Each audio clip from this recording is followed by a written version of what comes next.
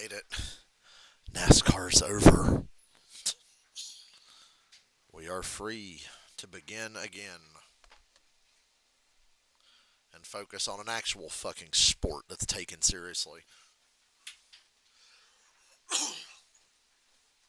It's a shame my football streams don't do well at all, but the NASCAR stuff usually does all right because I care way more about football than I do NASCAR. This should be a good game, although I would be equally not surprised to see Detroit come out here and just lay 30 or 40 on them and win with ease. Houston's been pretty bad lately. The last three games, they've pretty much been shit. A lot of it has to do with injuries, but you can overcome that if you're a good team. You can really fight hard and overcome it. They've not overcome it, so they lost to the goddamn Jets, who got their ass beat today. It was a good day to be a bad team. A lot of bad teams won today. The Panthers, the Saints. Well, the Broncos were gonna, which they're not bad. I'm tired, boss. I actually got up and watched the Panthers and the Giants.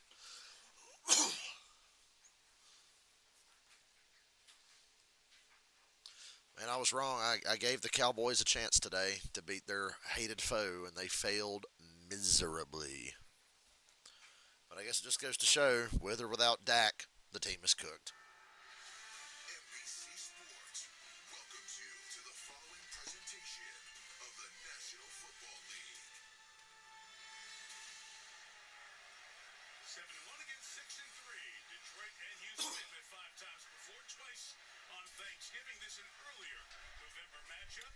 I love the Texans red uniforms. I like the old version. The new version might be even better. The Texans uniform upgrades this year were fantastic.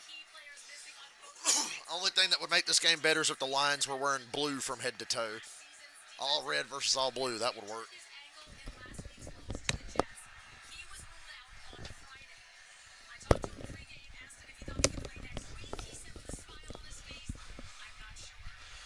Will Anderson is out for tonight. Nico Collins is out, but Tank Dell's back.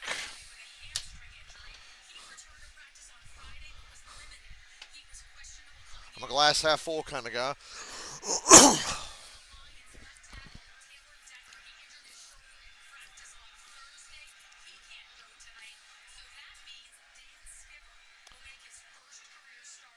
Dan Skipper.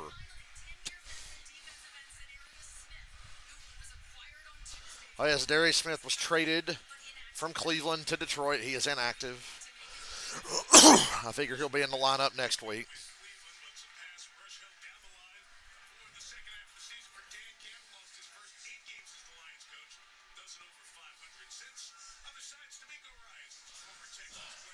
Texans have to stop this little bit of a slide they've been on. Colts lost again today. The Jags lost. Titans are cooked. I mean, this is their division. Hi, I've said hello like 3 times. I see your comments. Hello.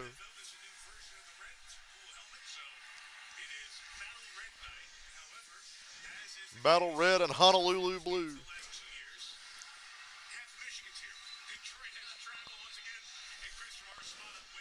Of course, Detroit has a lot of fans. Who cheers for Houston?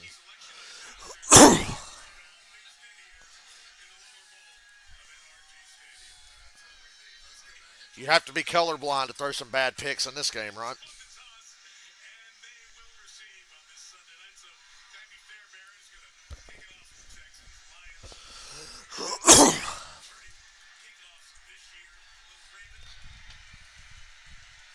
Roof is open at the most traumatizing building in the NFL for me.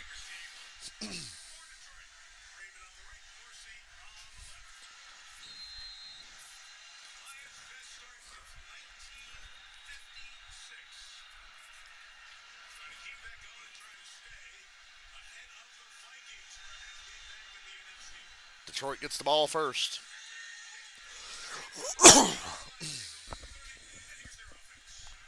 Detroit coming into this week looks like the best team in the NFL. which probably means they're about to lay an egg and make us all look dumb for saying they're the best.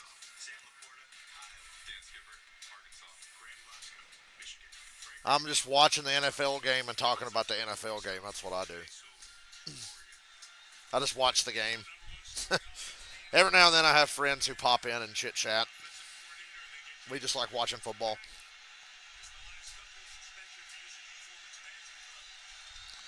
He fakes it to Montgomery, and I don't know what that was. It's probably better that it was incomplete.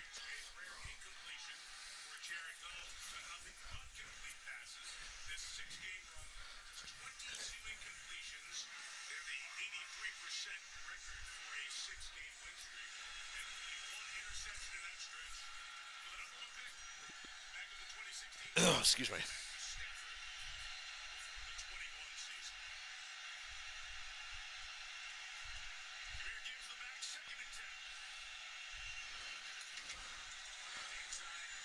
Gibbs is a real home run hitter. He has to be because Montgomery's going to get most of the red zone carries.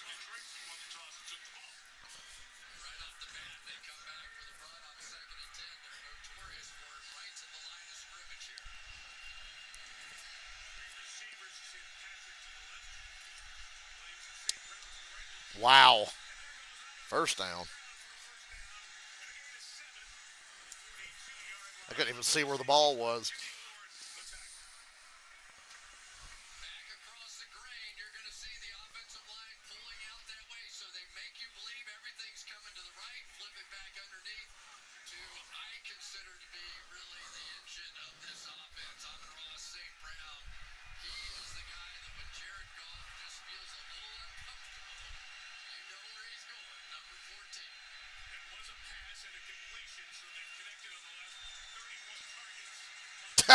Montgomery had to truck through Raymond. It's always fun to have to run into your own guy.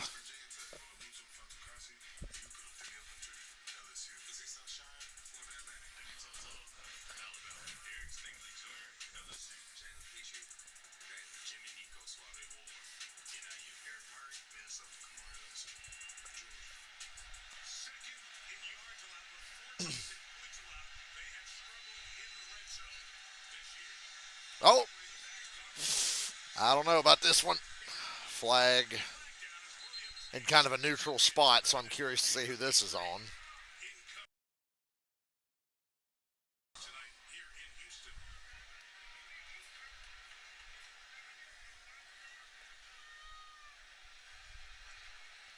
Ineligible downfield.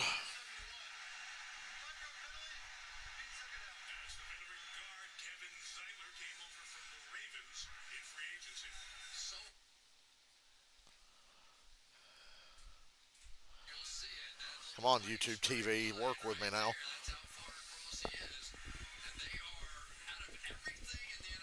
They had two guys downfield.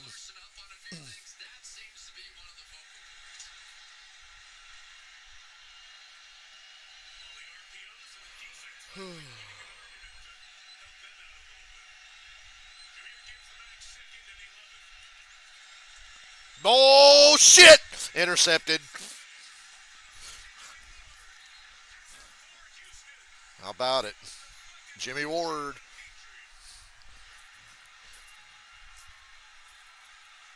Home team with the momentum early. I like it. Hell of a play. Bop!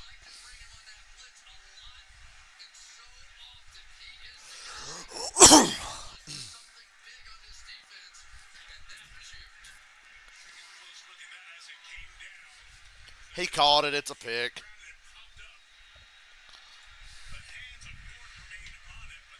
That is a pick. That didn't need to be looked at too closely. It was obviously a pick.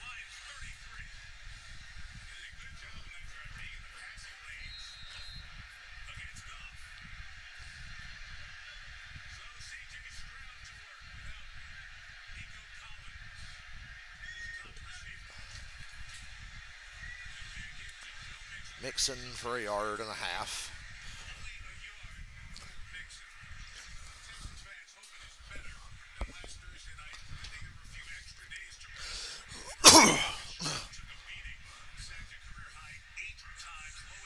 Want to talk about a beating? I know the Cardinals won, but did you see the hit Kyler Murray took? Holy fuck.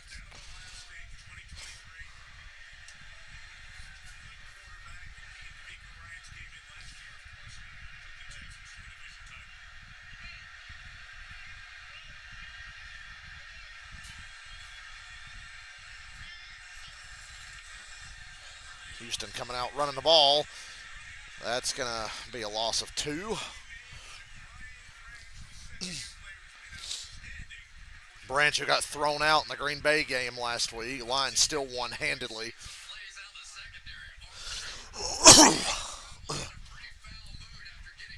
Yeah, Collinsworth just mentioned it.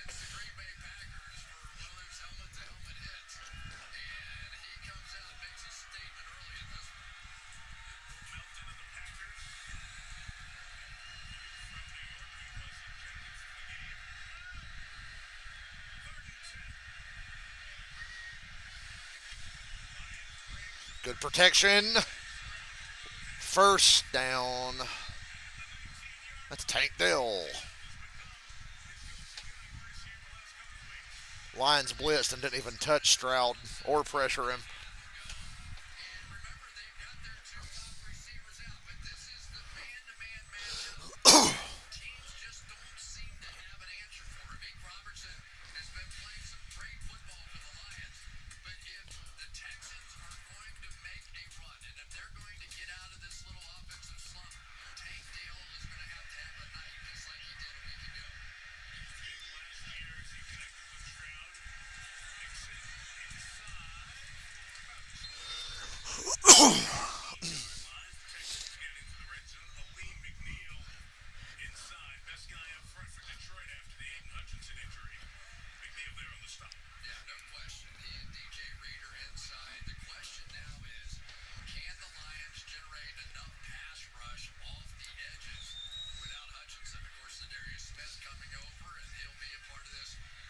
Ugh, excuse me. Chest hurts from coughing. Coughing. Yeah, I guess I'm talking to myself tonight.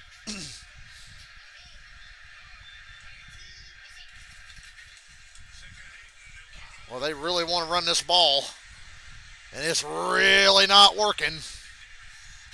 All the way back to the 27. The Lions are not going to let Houston run this ball.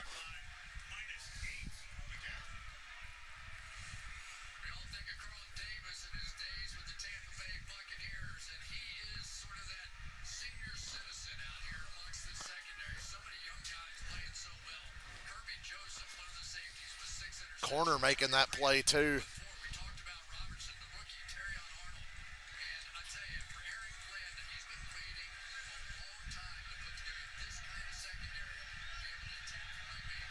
The Lions, even without Hutchinson, are probably still the best team in the NFL.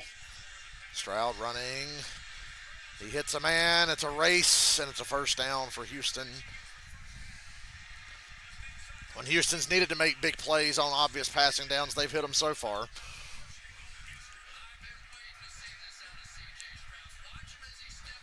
And I think this is a night where the Lions are really going to miss Hutchinson more than they have because they're not getting any pressure, and Stroud is mobile.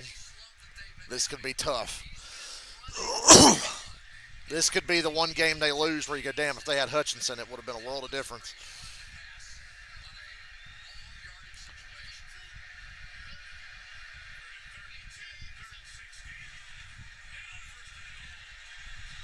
Good tackle by Anzalone.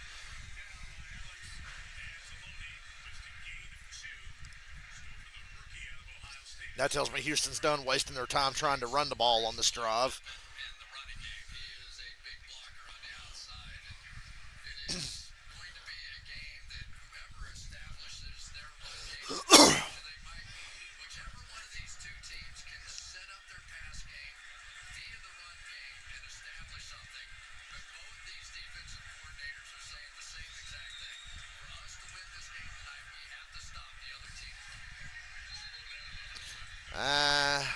Timeout, Houston.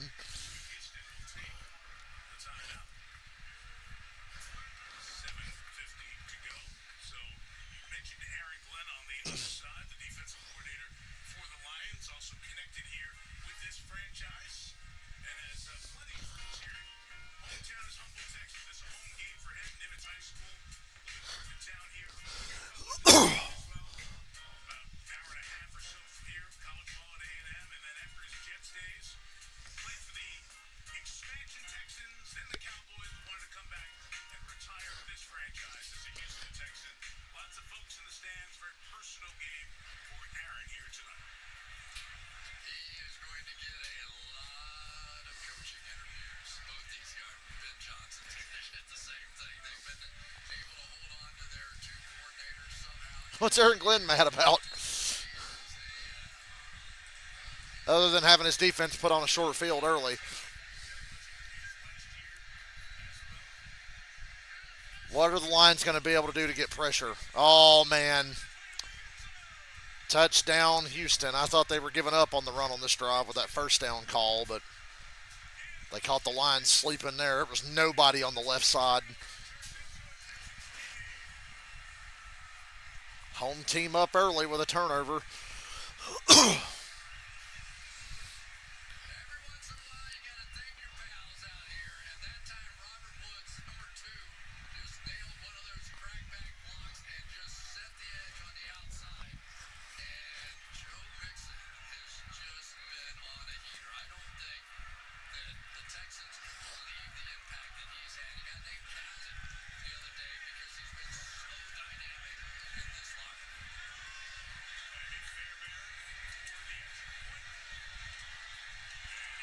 It's good. 7-0 Houston. Lions have only turned the ball over 6 times this season. That's crazy. Mixon's having a really good year. He looks like a different player from how he was in Cincinnati. Maybe they cloned him like they did Damar Hamlin. Yeah.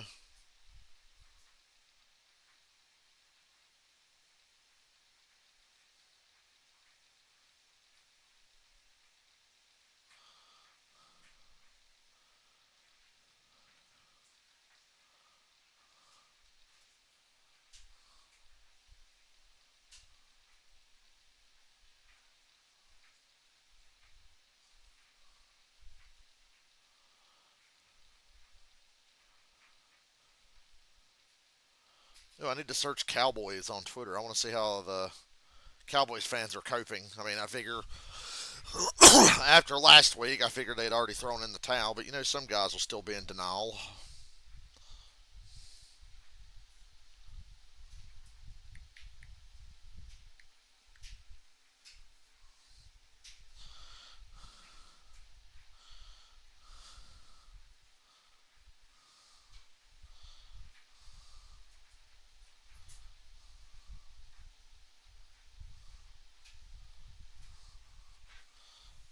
Been in the hunt for that first overall pick.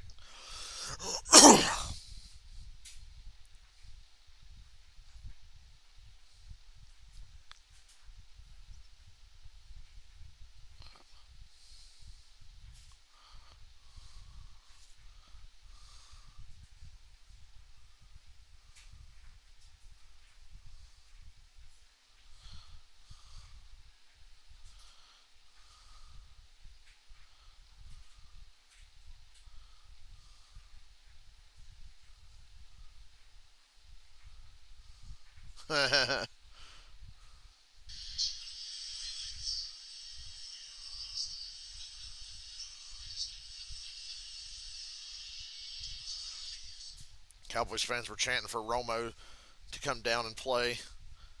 Well, I don't think Romo wants to play behind that offensive line. That's the kind of shit that got him put in the retirement home early. His back probably still hurts from those last couple of years with the Cowboys.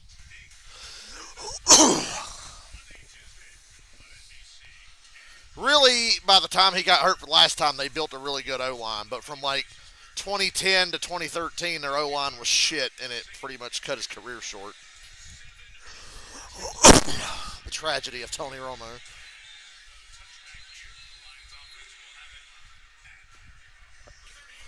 Well, tonight we're watching the only Texas NFL team that matters.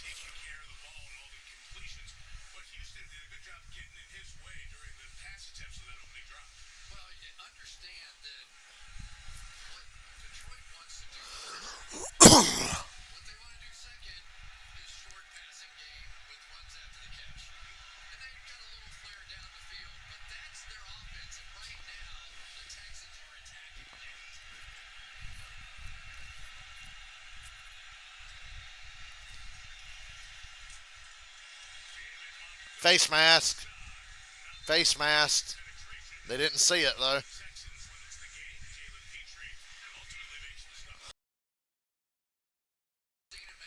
No flag. They didn't see it.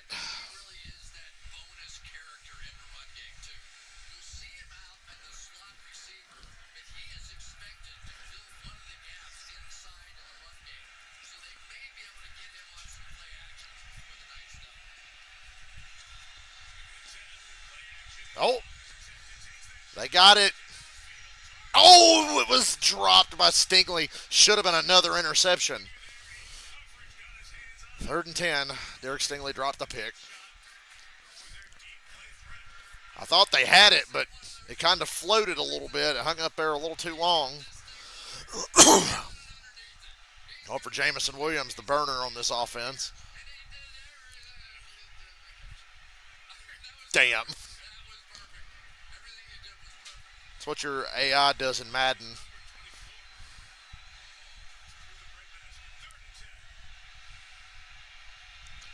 What do the Lions got for third and 10? They've got to delay a game. They got to delay a game.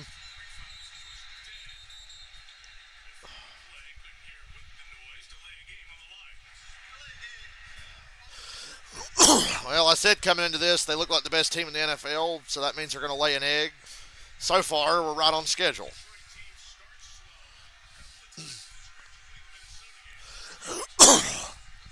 Yeah, they were hell in the second half of Minnesota after the first half, where they didn't start so well.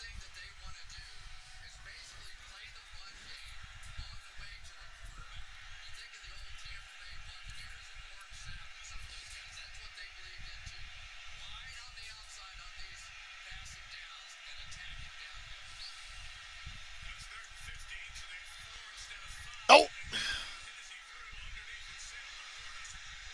Laporta had a lot of work to do and no help. Fourth down. 3 and out. An interception followed by 3 and out.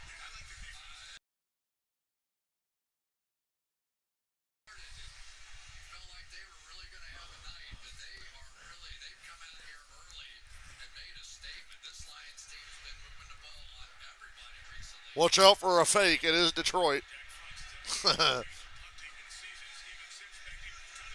Caught it on the run. Not a very good punt. Got him up to the 44.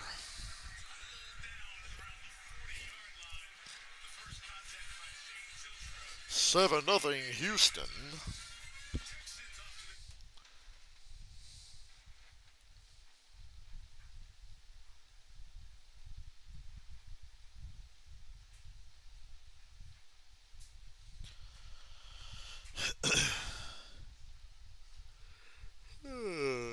Tired. Just because I woke up early.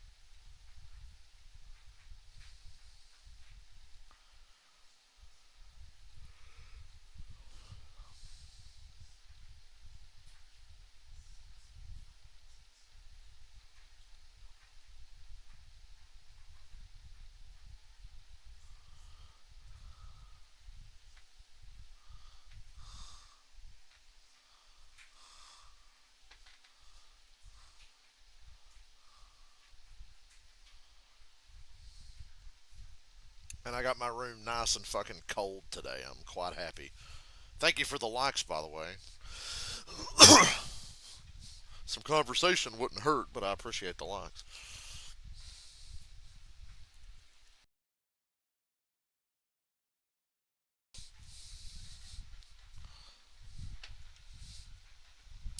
It's a good day. I was invested in the race, which has been a challenge these last 10 weeks of NASCAR, but it's all football all the time from here on. Time to lock in. We're in November. My team's in first place, even though they played a shitty game today. Everything's still in front of us. The NFC's fucking loaded. Detroit's showing some chinks in the armor, but it is early. Houston winning the game in the field position battle and the turnover battle so far.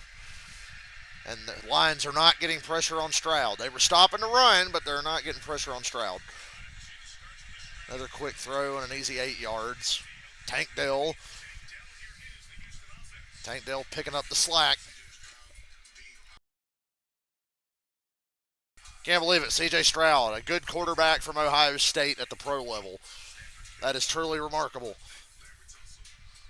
Next thing you know, there'll be a USC quarterback that's good.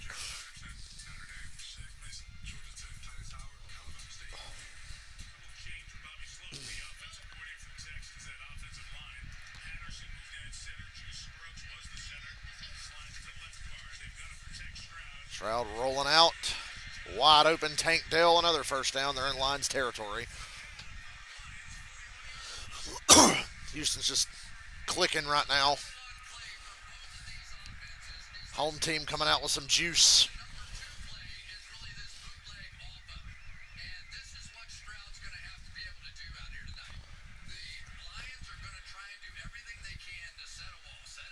We're going to build a wall. Stroud 5 of 5.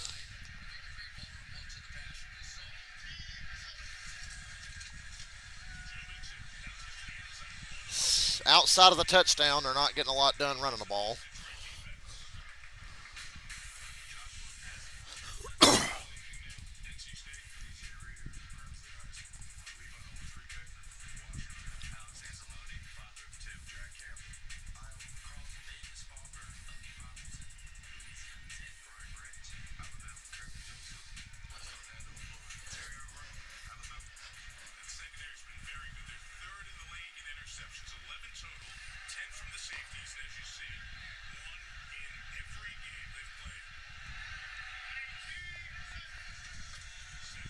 Some pressure. Uh-oh. This could go all the way. He's got a block. Inside the 5. First and goal.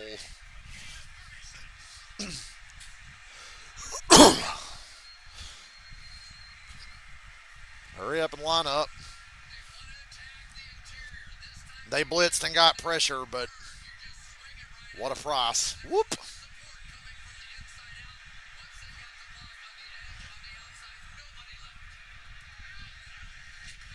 They're going to try to punch it in again to the 1 and a flag. This will back up Houston. Lions catch a break there. Yeah. Houston's had a lot of penalties. Been a big reason why they've dropped a couple of games they really shouldn't have dropped.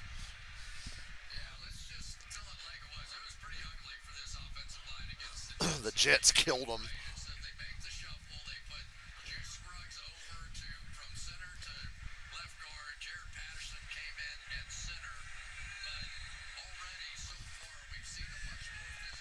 Now it's first and goal from the 13.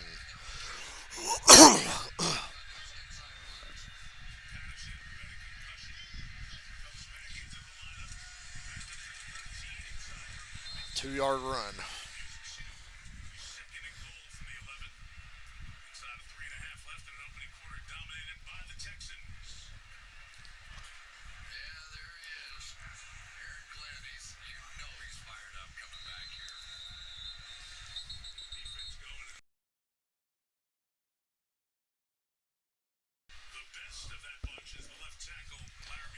Laremy Tunsil's slow to get up.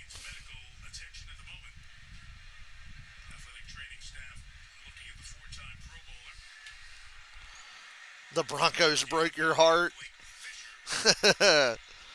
To lose on a blocked field goal, especially when it's like an easy field goal, That's brutal.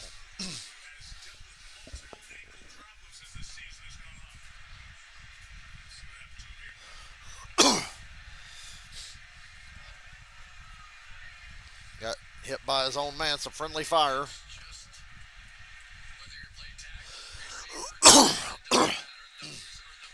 Sorry, guys.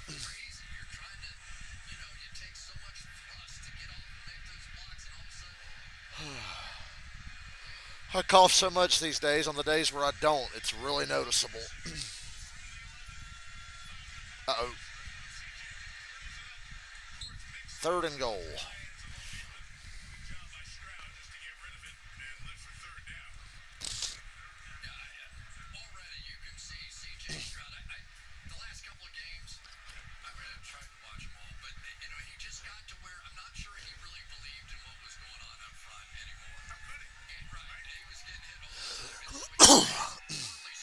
Will Lutz better count his days. It ain't his fault it got blocked. I don't think.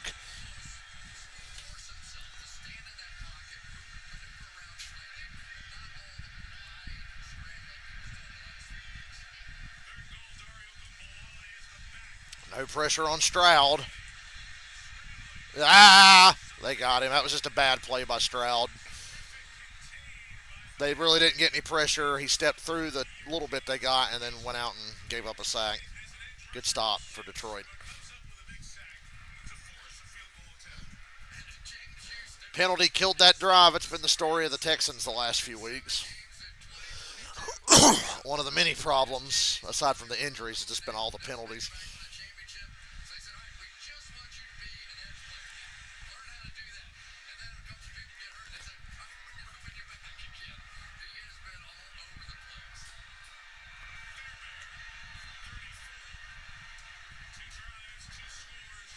Ten-0 Houston. Oh, he missed a field goal early in the game. I missed that part when I was watching the race. The 49ers missed a million field goals today and still won. The Falcons lost because they couldn't kick a field goal, which is just fucking great. I'll be right back. I'm thirsty.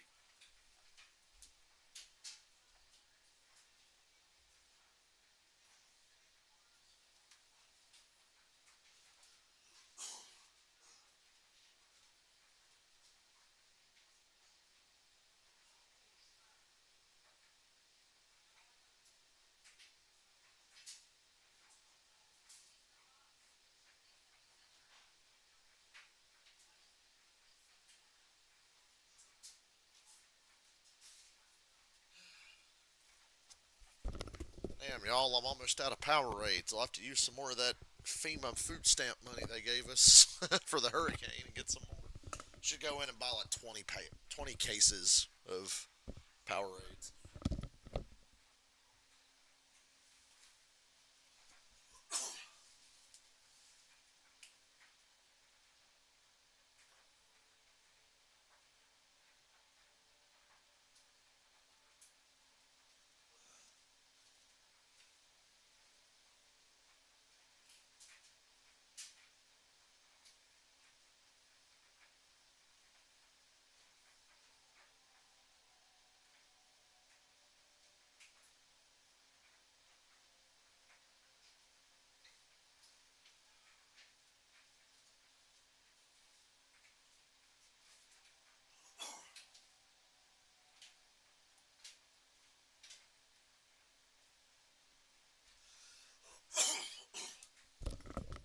Young Wei Koo couldn't make a 30-yarder today.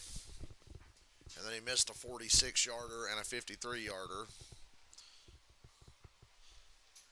So, yeah, he's fucking cooked. Falcons are going to be in a lot of close games, and now we can't even kick a field goal.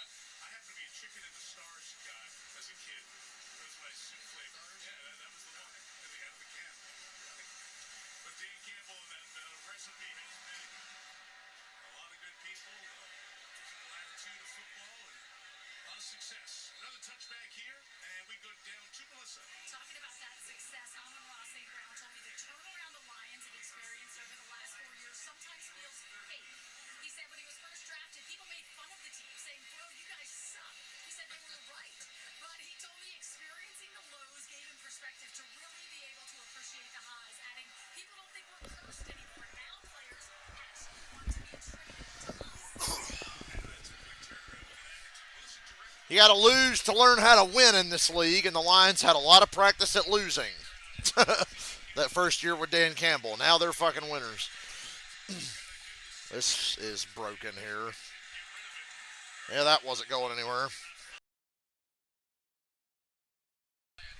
Yeah, they're not in a rhythm, and they're not running the ball enough. Go back to what you know and who you are before it's too late.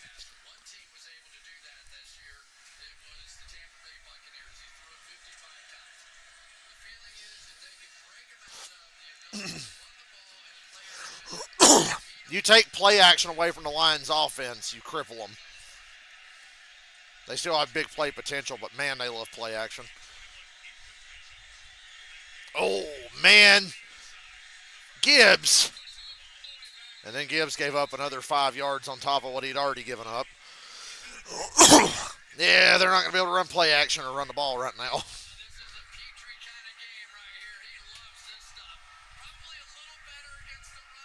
Man, the Cowboys are so bad. Their little 3-4 year window is over. They're fucking cooked.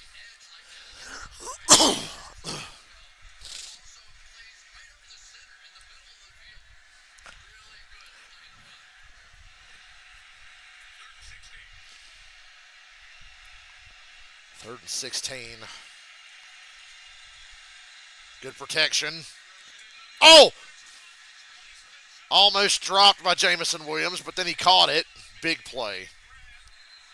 Like I said, they've got big play potential, so. And then right on cue.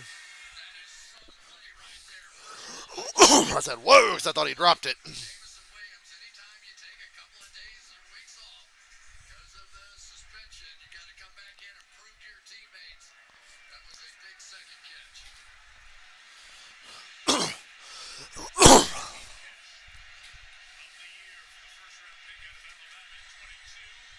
Screen to Gibbs, missed tackle. Positive play. That could end the quarter if they want it to.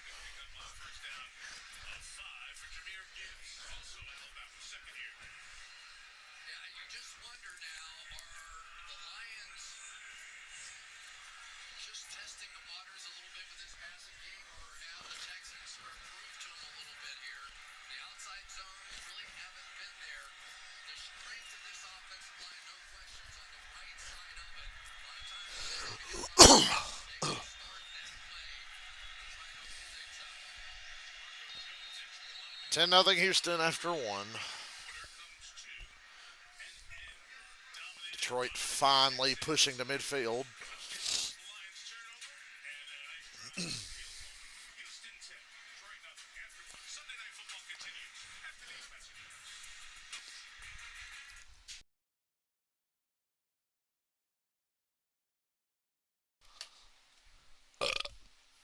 Ugh, excuse me.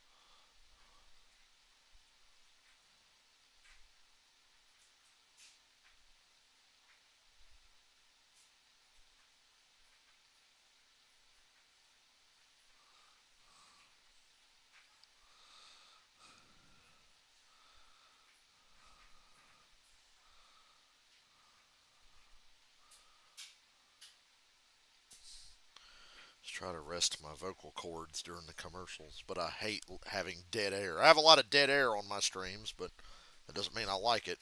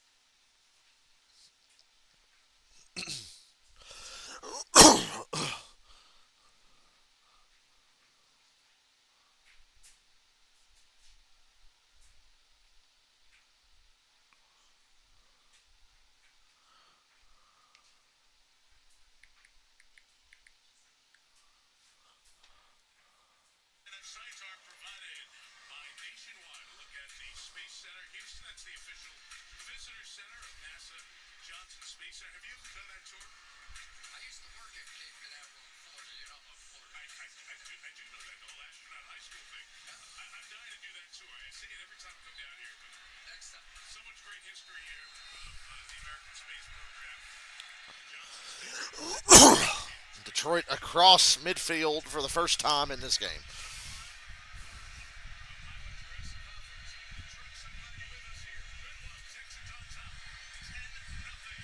And still not a lot there running the ball.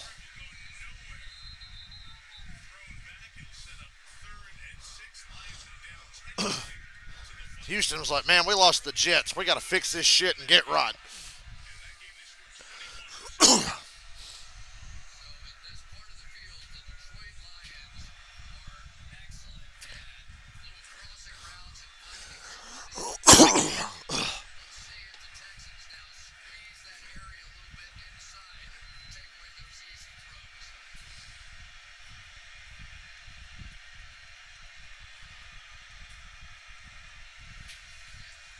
They rush five.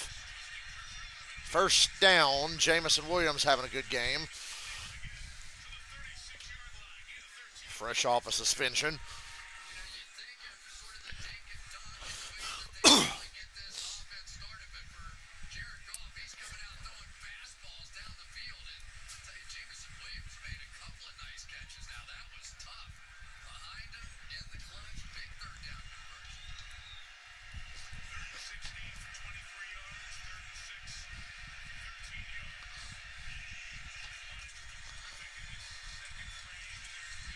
A good run. Finally.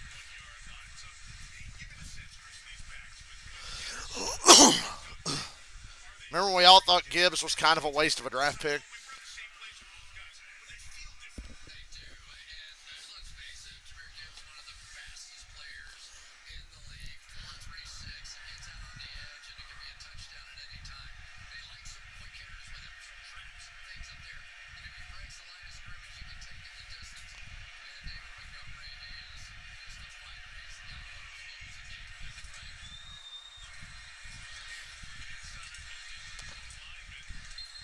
Eh, third and short.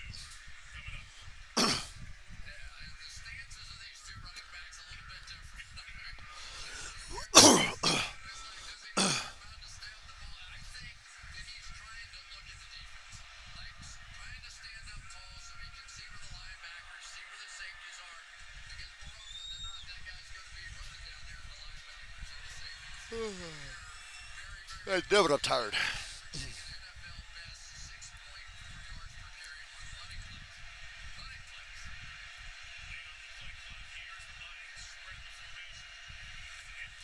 Pass on a third and one. Nobody open. He's got a lane. First down. Counts as a run. Run the ball. Come out, run the ball in this next set of downs, too. You can't get away from it, Detroit. That's who you are.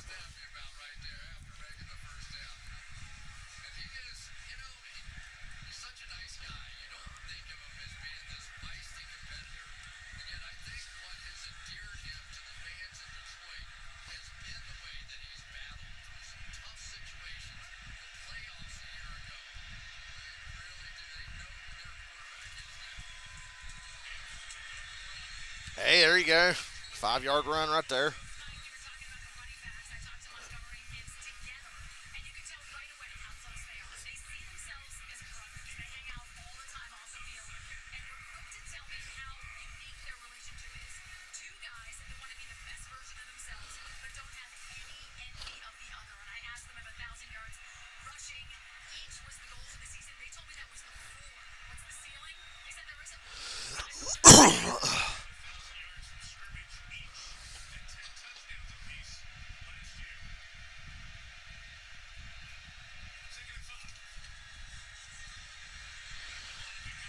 Touchdown. Laporta.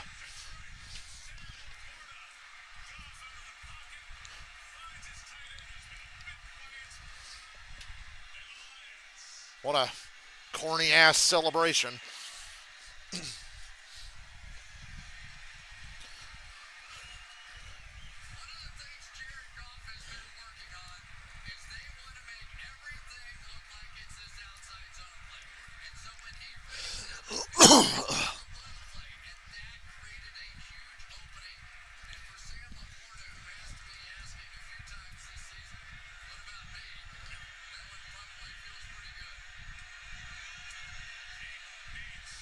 Ten-7, but Detroit's on the board. That's what I like about you. You really know how to dance. I always think of Khan singing that on King of the Hill. That and when he sings "Oh Mickey, You're So Fine."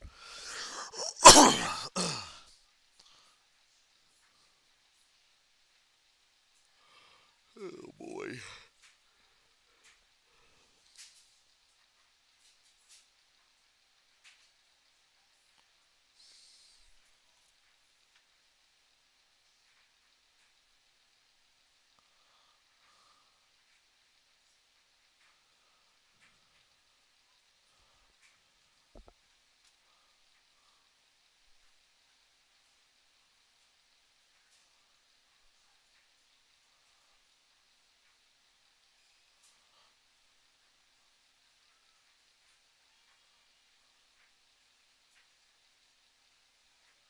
What the fuck am I watching?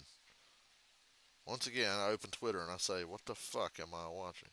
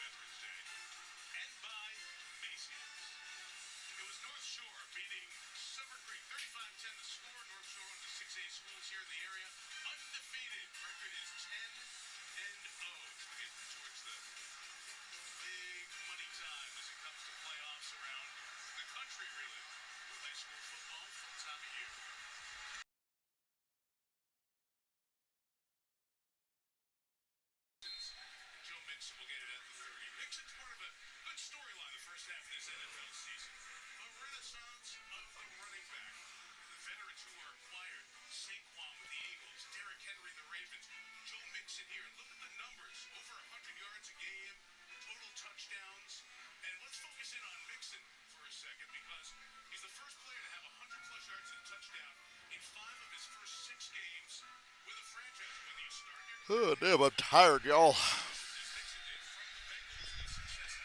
I'm happy I don't have to watch NASCAR for 3 months.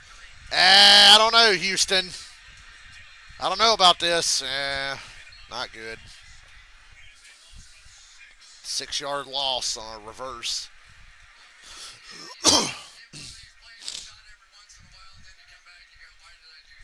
Yeah, that's usually how that goes.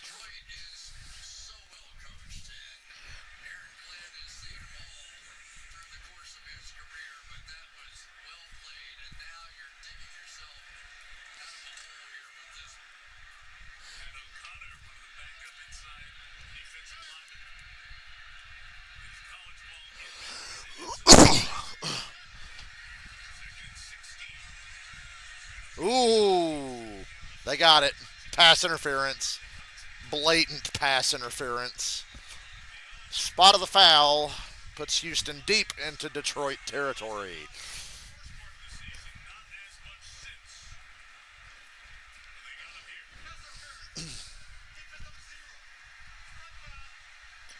I like how he calls penalties. How's it? I don't know. That's what he sounds like.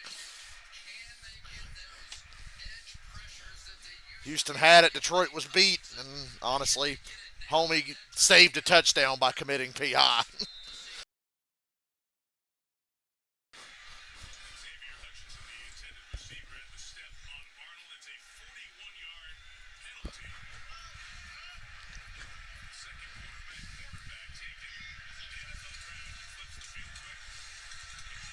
Mixon runs into a wall for no gain.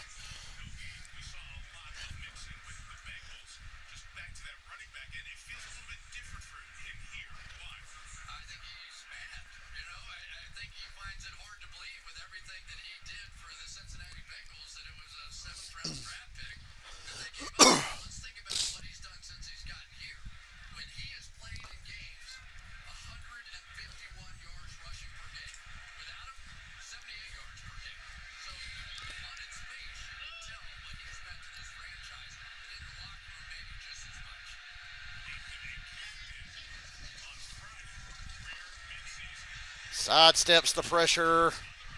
Oh, what a play by Branch. Woo. That was nice.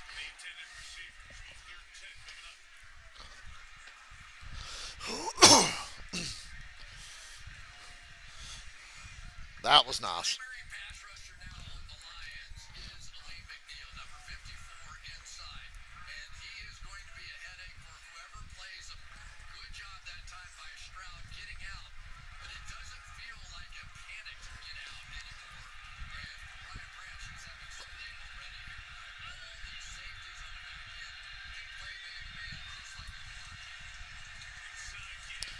They run it on 3rd and 10. What the fuck was that play call?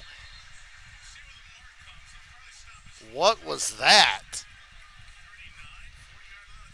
That's the dumbest play call of the night so far. I just don't get that one. That was a complete waste. Going to hold Houston to a kick with a really stupid ass play call.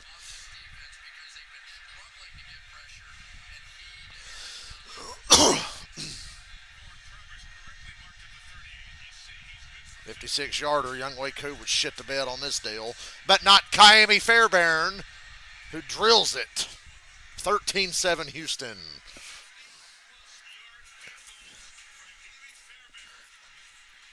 You're watching two playoff caliber teams just go back and forth.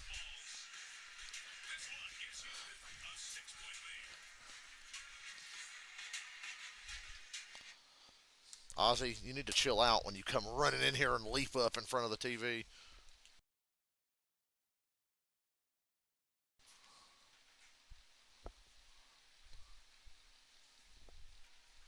Ozzy! I can't help you, Ozzy. I'm watching football and talking to myself. Meow. Meow. Meow. Meow. Yeah.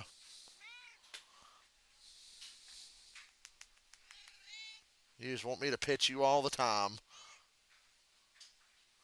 Ain't that right? Yeah.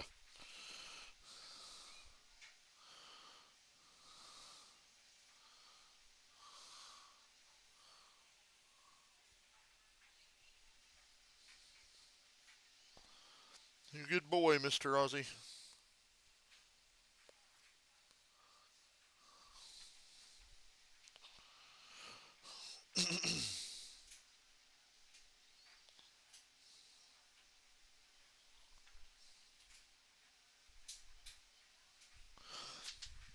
Jerry Jones got bitchy after the game for people saying, "Why the fuck do you have a big window that shines light in everybody's goddamn eyes when they're facing that direction?" Knowing at some point in the game you got to go in that direction. He got real bitchy about that. Not as bitchy as Ozzy is right now when I stop petting him. Hmm? Huh?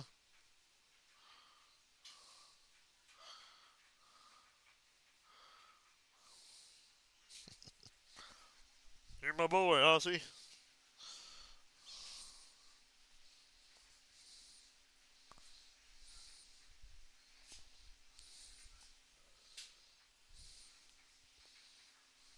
That's my neighbor's boy. I love King of the Hill.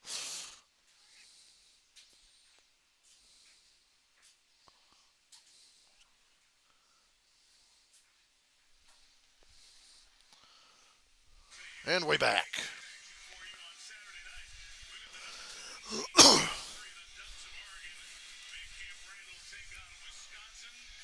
Still don't know why Houston ran that play on 3rd and 10. It's a real low percentage play for a 3rd and 10.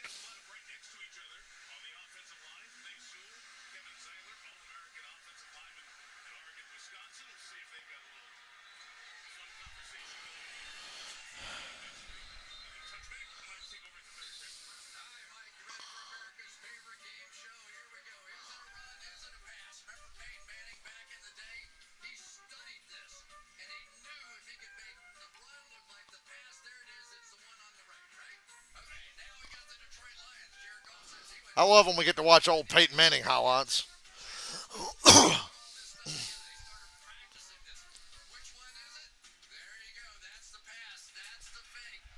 Can we just watch more Peyton Manning highlights? I'm talking prime 2003 to 2009 Peyton Manning. And then, 2012 13 Denver Broncos.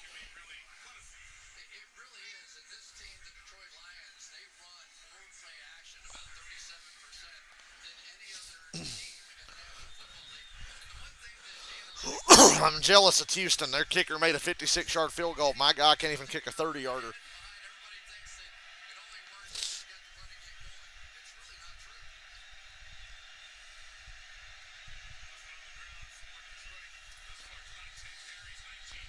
Oh! Hit as he throws. Incomplete. And a flag. Wouldn't be roughing, would it? It's on Houston. Hands to the face on Daniil Hunter. And yeah, that's hands to the face. Good call.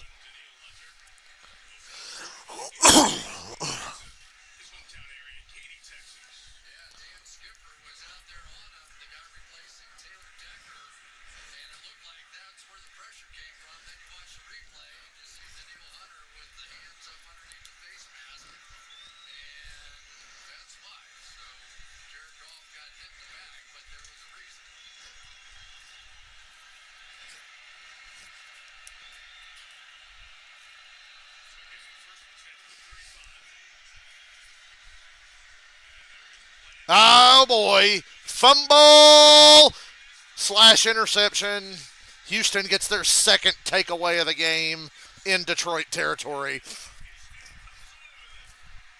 Pressure on back-to-back plays, one negated by penalty. Not this time.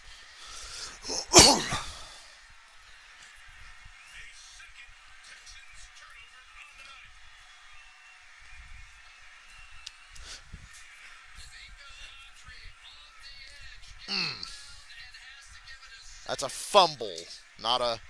It was. It never hit the ground, but yeah, that's a fumble. Madden glitch play.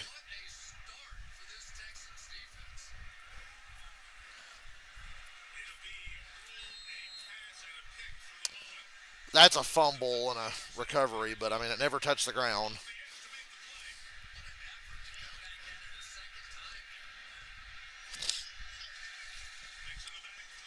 Fake it to Mixon, get it to Tank Dell, who tries to spin around unsuccessfully.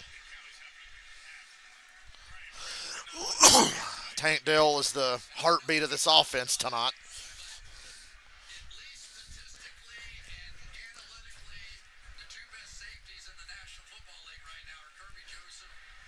Detroit's having another one of those games, kind of like they had against Tampa Bay. Their one loss, and the first half against Minnesota. It's weird.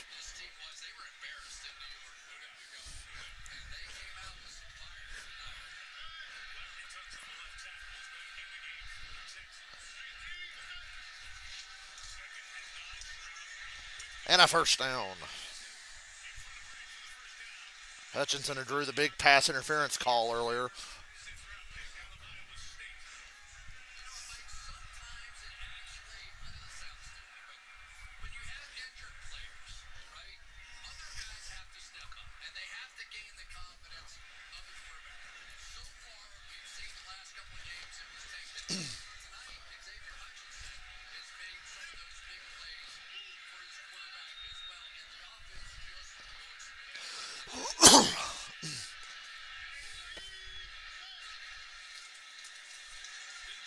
Mixon over the middle on an angle.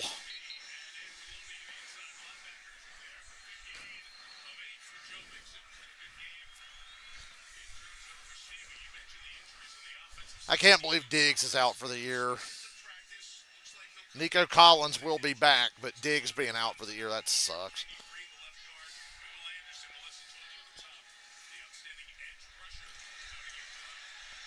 Mixon down to the 11.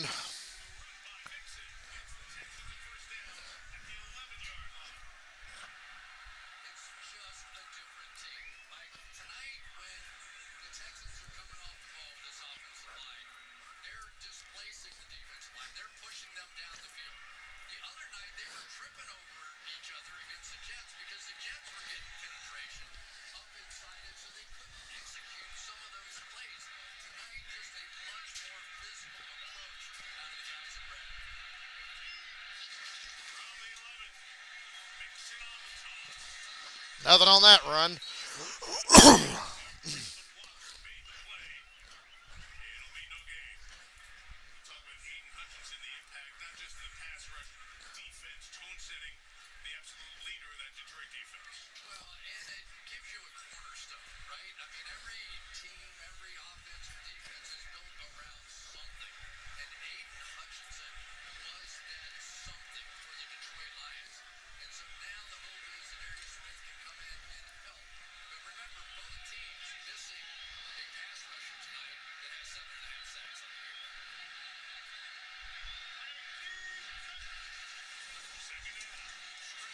Oh boy. Nobody was open on the first two reads, and the pressure got around him.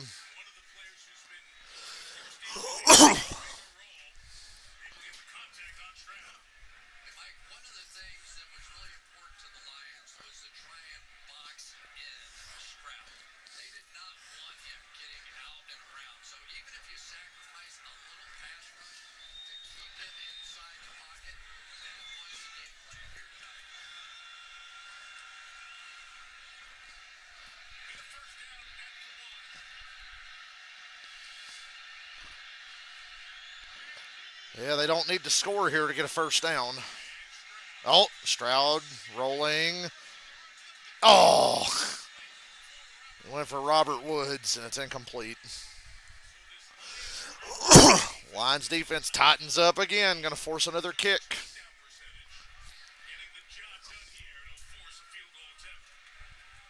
Good job on a short field.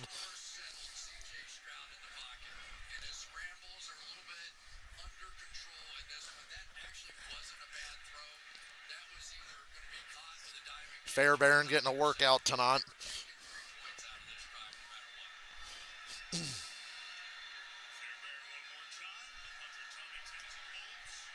16-7. They lead by 9. Two scores late in the first half.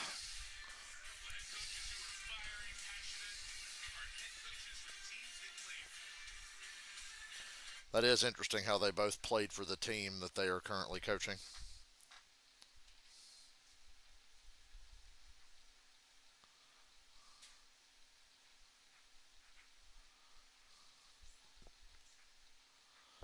Ooh.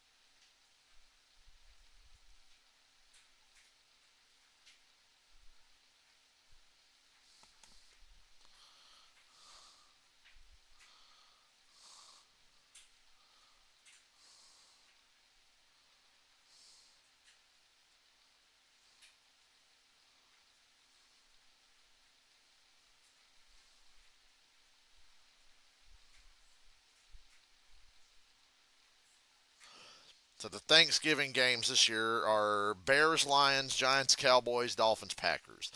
Dolphins, Packers could be fun. Giants, Cowboys will be funny. Bears, Lions. I mean, I've definitely seen worse Thanksgiving Day lineups, but having to watch the Giants on Thanksgiving sure is unfortunate. At least I'm not working at the old DG like I was last Thanksgiving.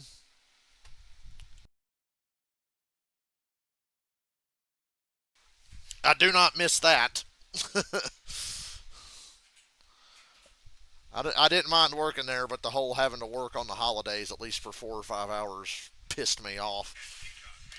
But I mean, we all had to do it. I didn't weasel out of it. If I really wanted to, I probably could have weaseled out of it and been a jerk. But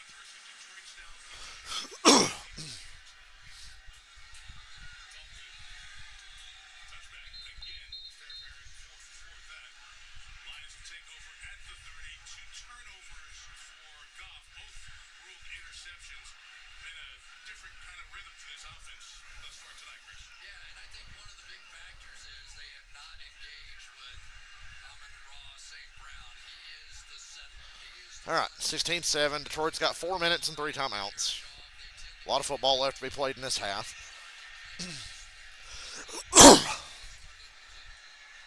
Here's Montgomery for a yard and a half.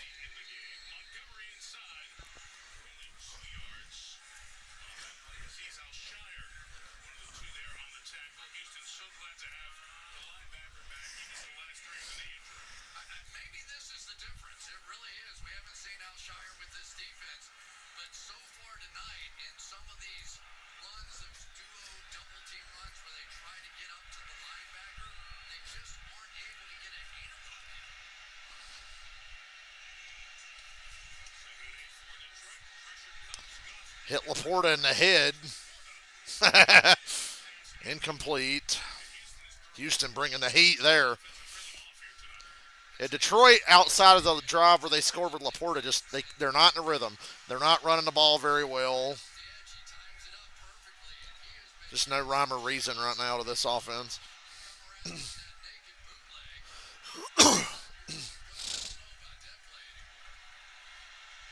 I used to get so mad in Madden when I would run play action, and before I could even complete the fake, a defender's killing me.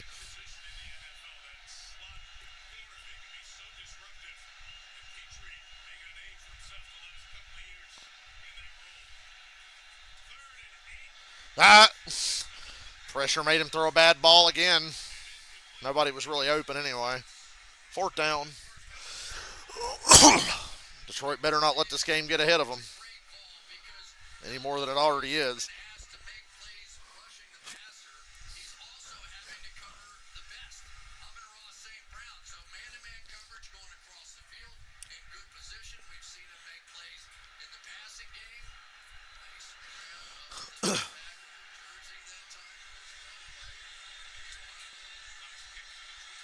Oh, looked like that was going to be a great return.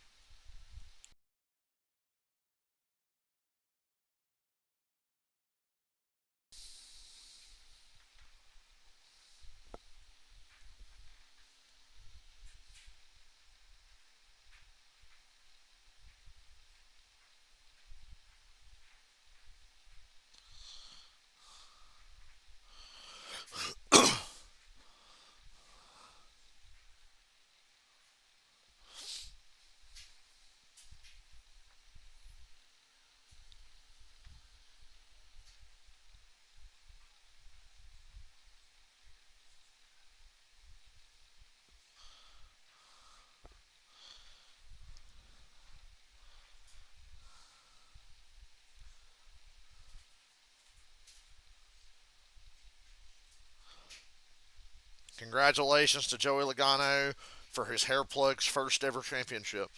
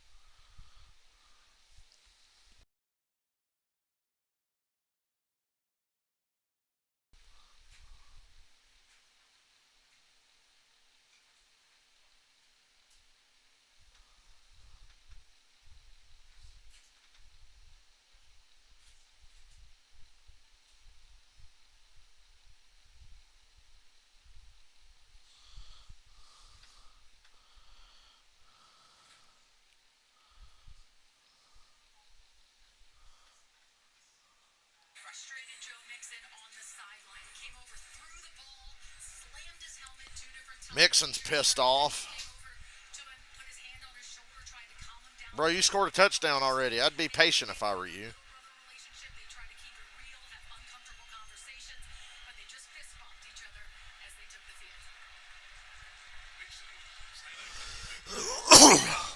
Yeah, he's heavily involved in this offense, and he's all pissed off.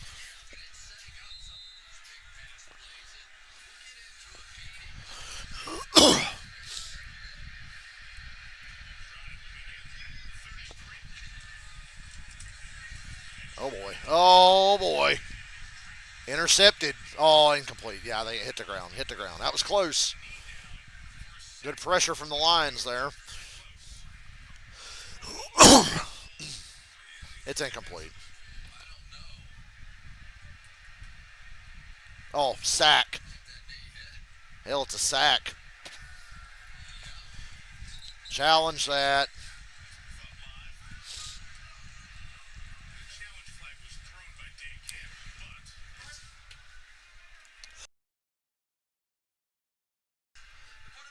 Replay assist coming through in the clutch again.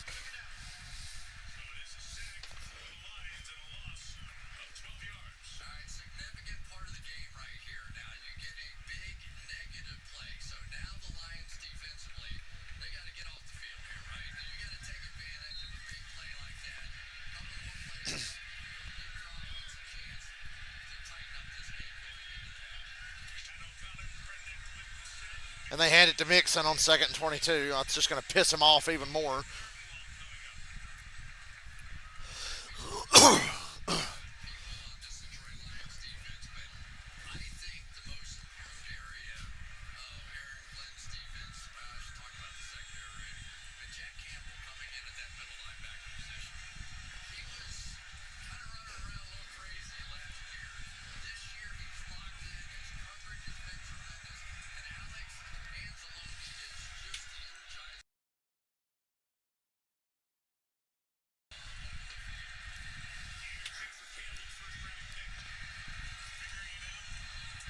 Oh, disgusting series of plays there for Houston.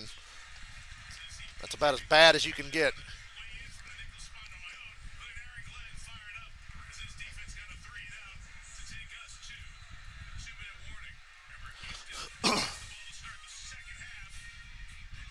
Didn't do much with it to end this first half. They might get it back again. I don't know. Probably not.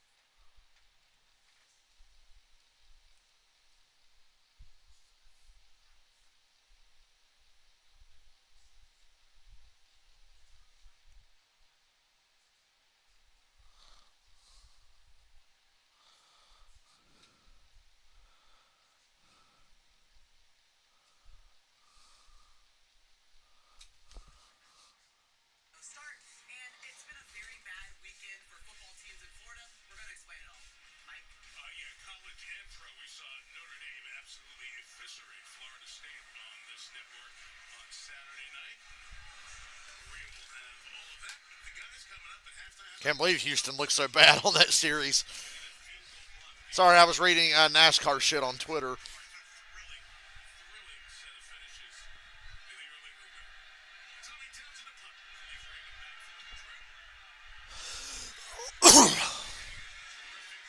Damn, what a punt. Holy shit. They flipped the field. Okay, the brilliant punt and special teams made up for the abhorrent 3 plays that offense just ran. Now the Lions have to go 80 yards. 80 yards under 2 minutes. They got 3 timeouts. Houston gets the ball first to start the second half.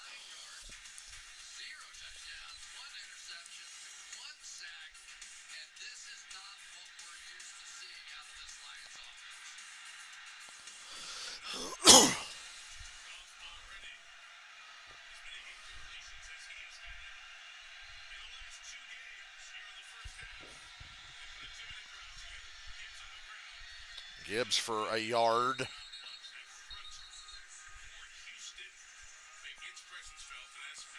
Detroit needs to be a little more aggressive than that with the time they have. Or are they just really that shook?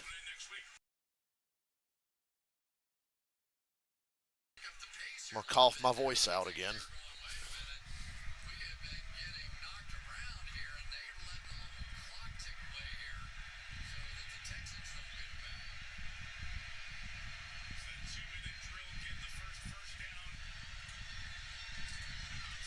What are they doing? Houston, call timeout. Fuck it. Grow some balls. I thought this was Detroit.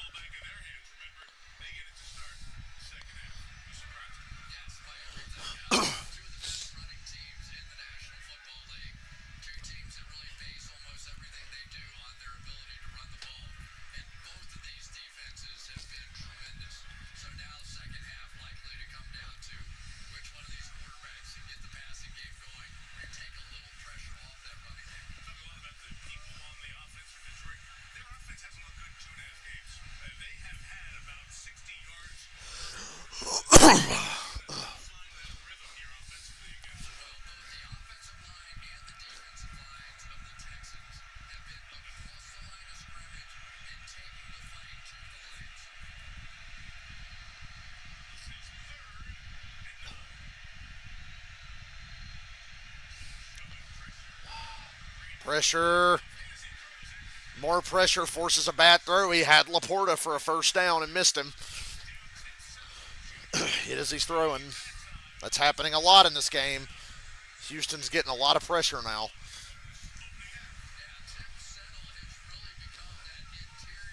The fucking run on the first two downs just didn't make any sense, given the situation.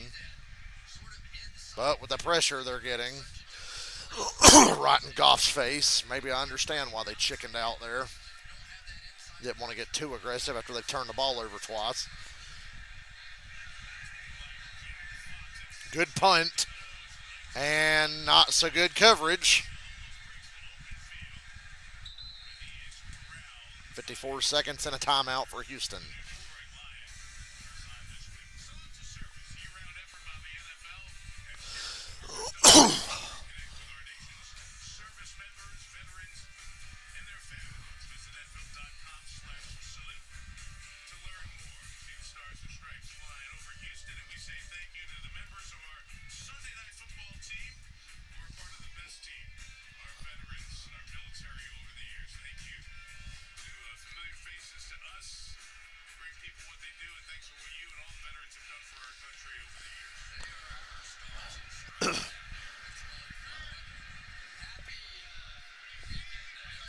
Redeem yourselves, Houston. That last series was terrible.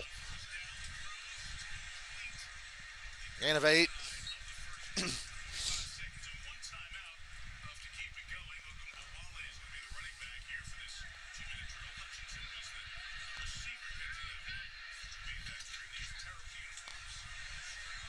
Wide open over the middle.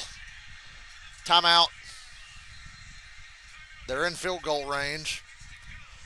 And they get the ball to start the second half. Detroit played this about as bad as you could have. This last 2-minute deal.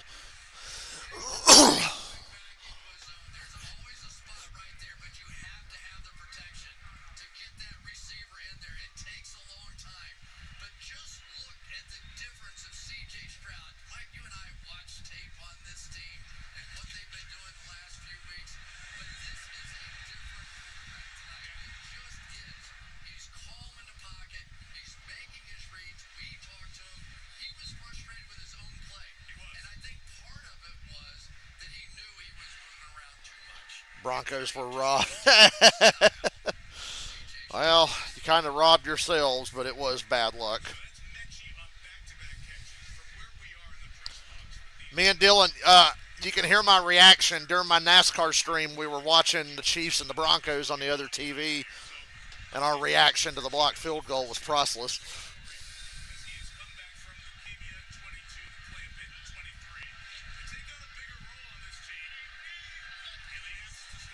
Knicks had a good game against a good defense, but 14 points just ain't good enough.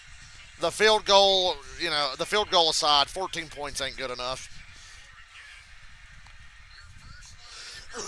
I'm surprised at how dominant Houston looks against Detroit here. I know Houston's a really good team, but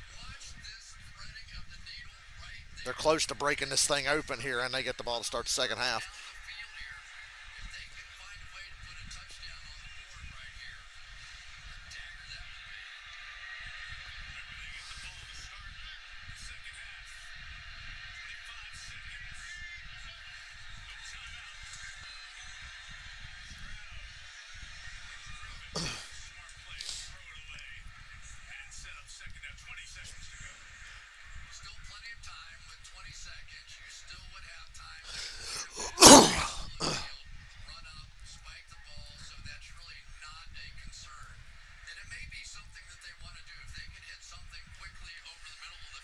Next week, yeah.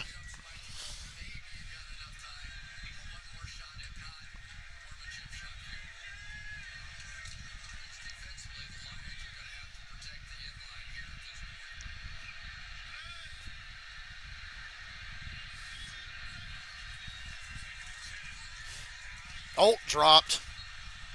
A rare drop from Tank Dell.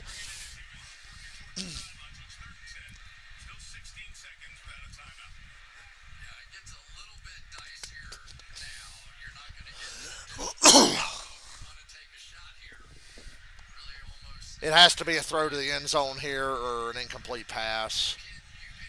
Anything in between, you're not getting any points because it's going to be fourth down and you can't spike the ball. And even if you get 10 yards, you're not going to have time to spike the ball.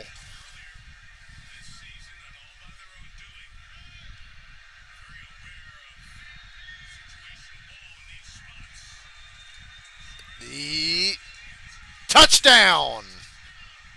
What a drive. Less than a minute, one timeout.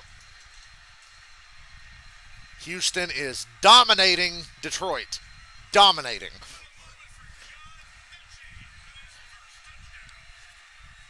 Houston so far bouncing back after getting humiliated by the Jets.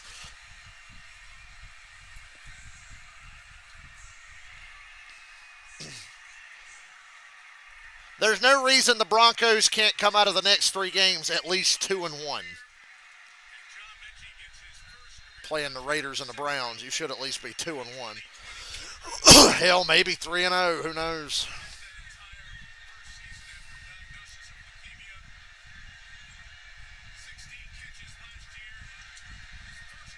(23-7) Houston, and they'll get the ball to start the second half. There's only 12 seconds left here. C.J. Stroud is a grown-ass man. That was a grown-ass man throw here on this 3rd and 10. No timeouts. You got to have it in the end zone. Woo!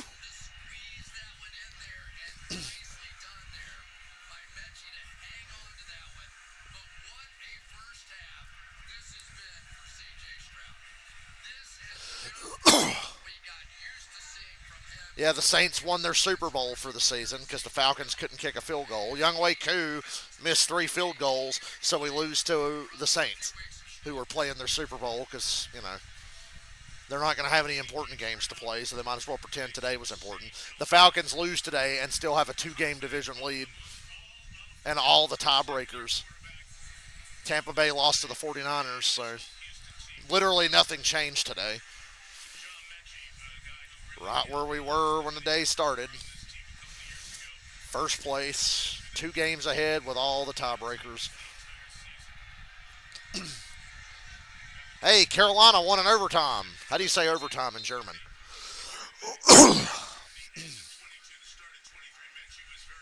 Oh, I'm a top 50 Batman Arkham Shadow player in the world. I got a top 50 challenge map score in Arkham Shadow. So I'm top 50 in the world, Craig.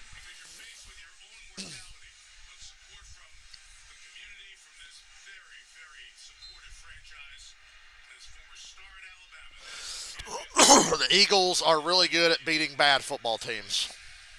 And they added the Cowboys to that list.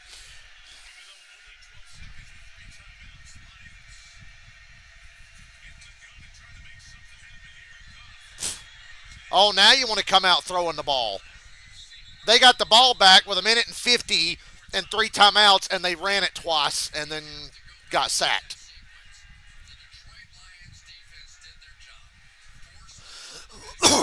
So now, when they've got 12 seconds, oh, time to come out and sling that shit.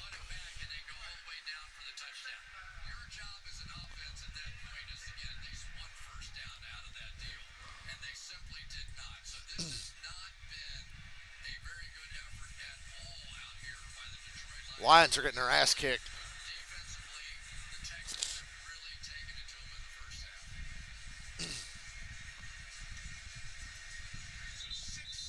Sure, the Lions are pumped to have Zadarius Smith in the lineup next week because they've really had no pressure tonight outside of that last series. The series before last, they had some pressure.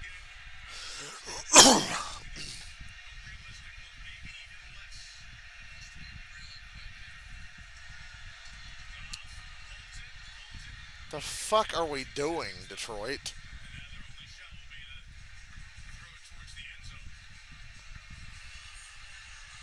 What are we doing here? Really good job defensively that time by the Texans. They understood what the Lions were about to do. They jumped all those underneath routes. Nobody was there.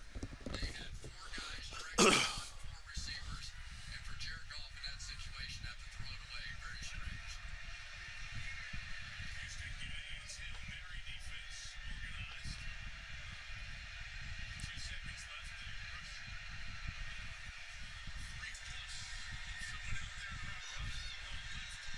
Hail Mary! Intercepted. So that's a third interception for Goff. Not that it means a lot because it just ends the half.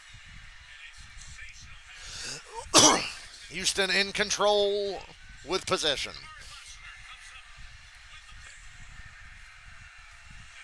You got to think Detroit's not the kind of team to get beat down and stay down. Detroit is going to rally. Will they win? I don't know. I think they will rally, and this game will be close late.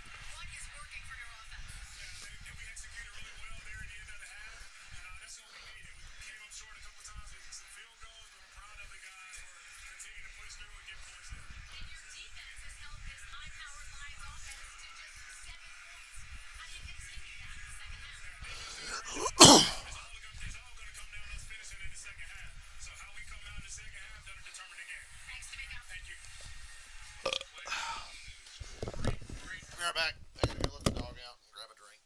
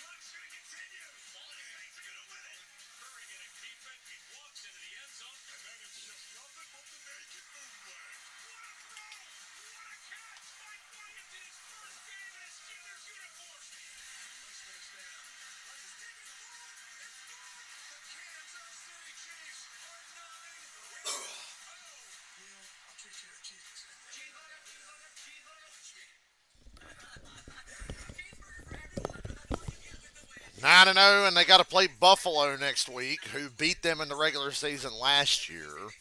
That's worth noting. Bills just going to lose in overtime like they do in the playoffs. They're going to get that done over with early.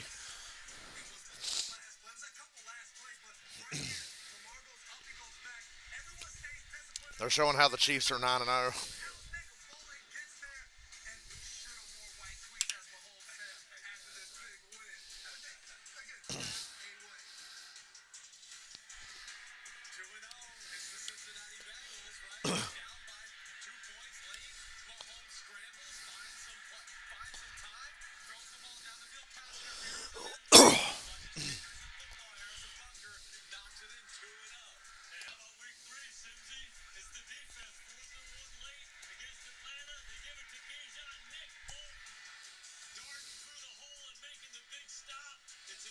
Yeah, we won't show the non-pass interference against Kyle Pitts in that game. We'll ignore that.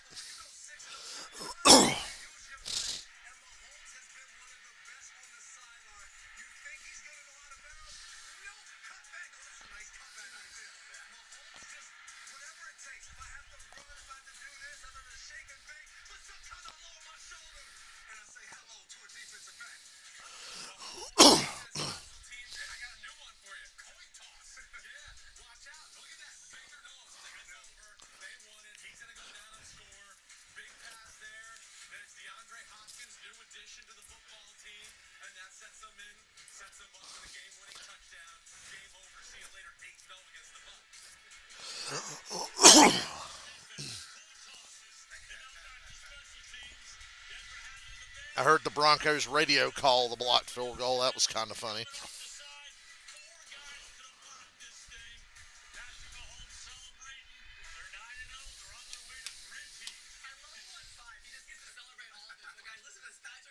If they get past Buffalo, they've got the Panthers, Raiders, Chargers, and Browns.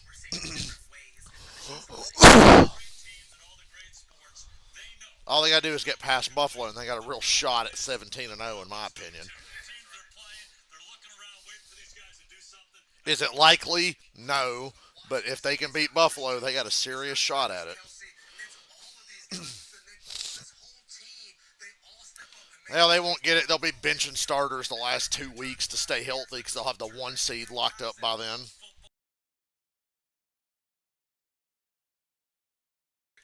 They play the Steelers on Christmas. Steelers Chiefs is the Christmas game on Netflix, I think.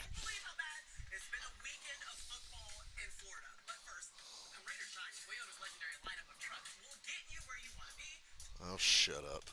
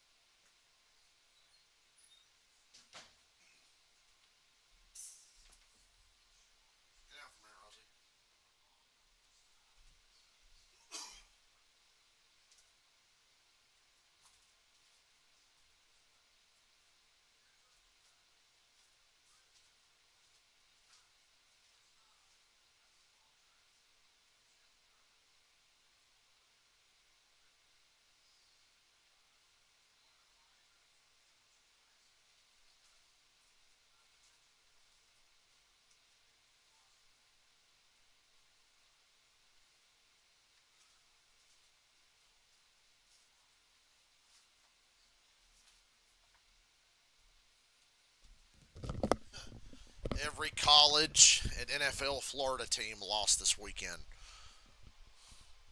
Let's see if the Dolphins can complete that tomorrow night. Probably stream that game.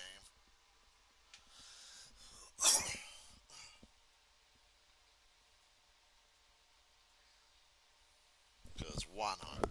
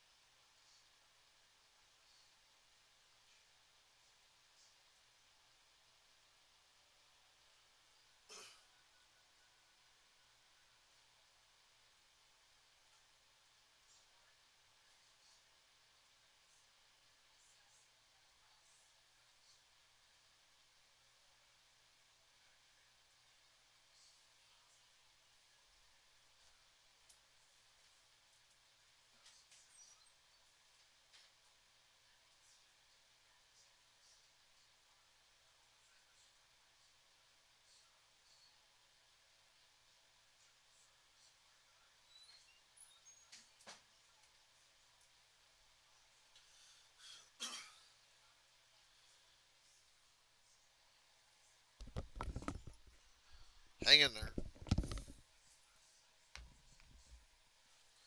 On Detroit. Let's get it together and make this second half fun. Hate to have wasted my time streaming a boring game.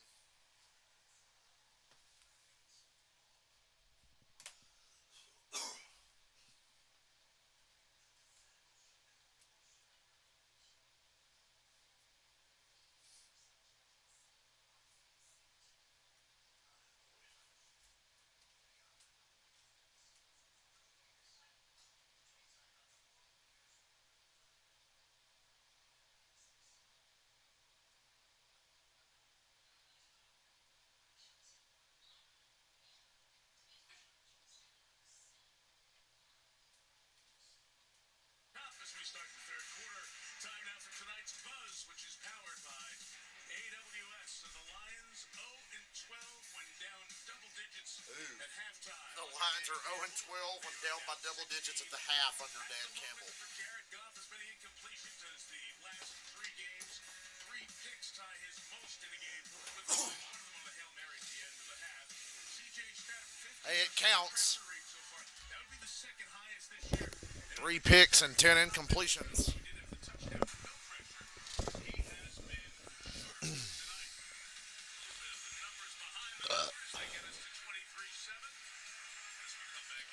Alrighty, second half.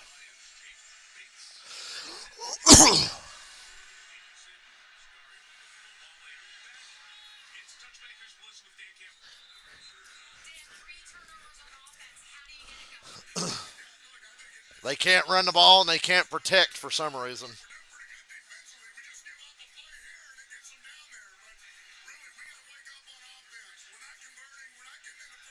You're not running the ball, not protecting.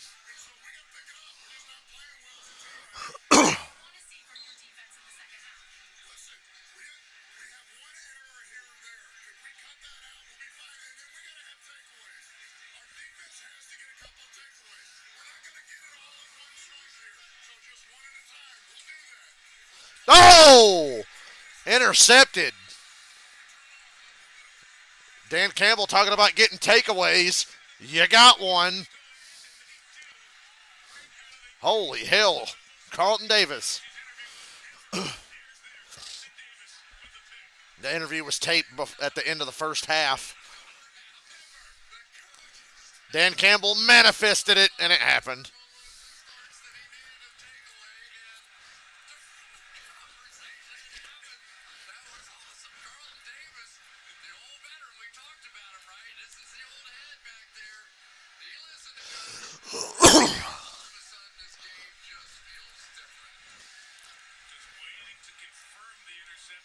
Oh, it's a pick. It's good.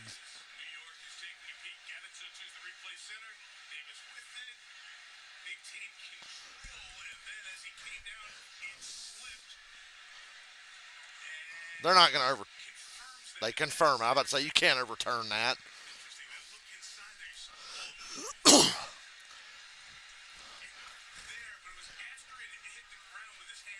Short field, Detroit. What are you going to do with it?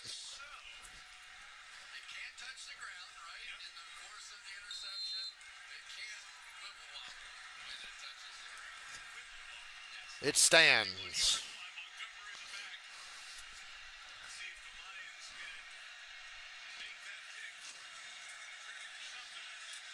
And Montgomery pops a big one. 12 yards and a first.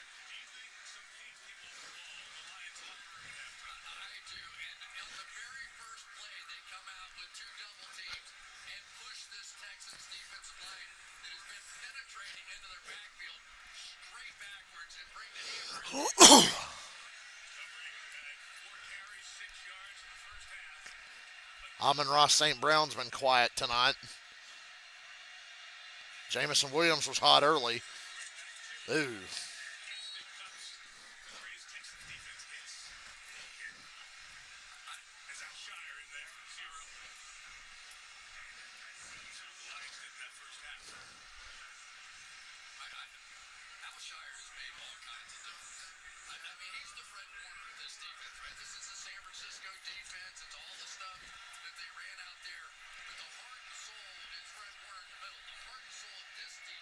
Gibbs in the game now at running back.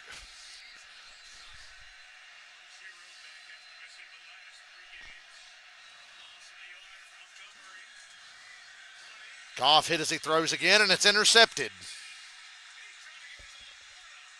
Touchback.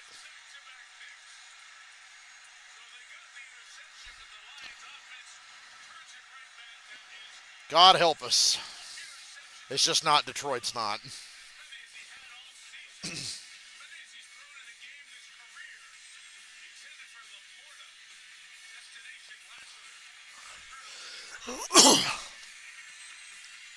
Exchanging interceptions. That happened a lot in the Buffalo Indianapolis game today. Oh well. The best teams have bad days. And right now, Detroit's having a bad day.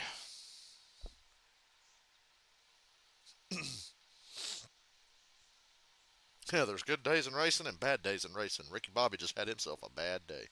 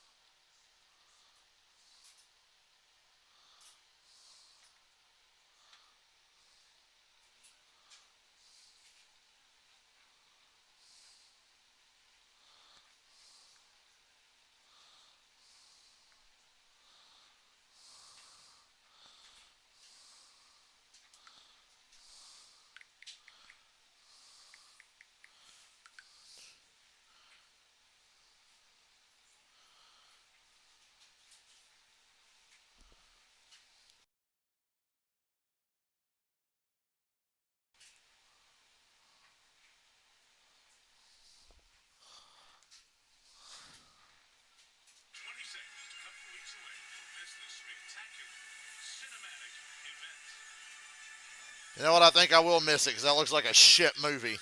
We're talking about Wicked. Oh, okay, it's not a touchback. Houston is pinned at their own one. So, could be worse, Detroit. Come after them and get a safety here. They can't run the ball. Oh. Found a little crease to get out of the end zone and get a yard. 4 interceptions for Jared Goff.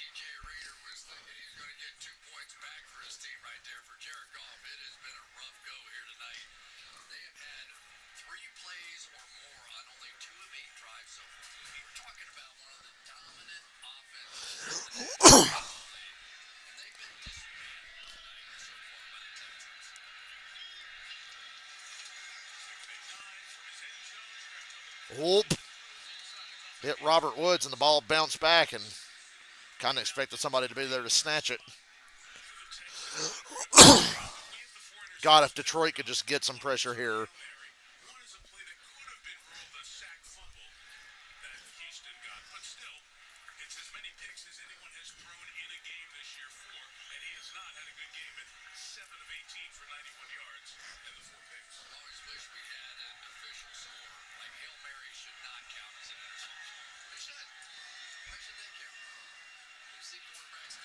Jared Goff reverting back to his rookie form.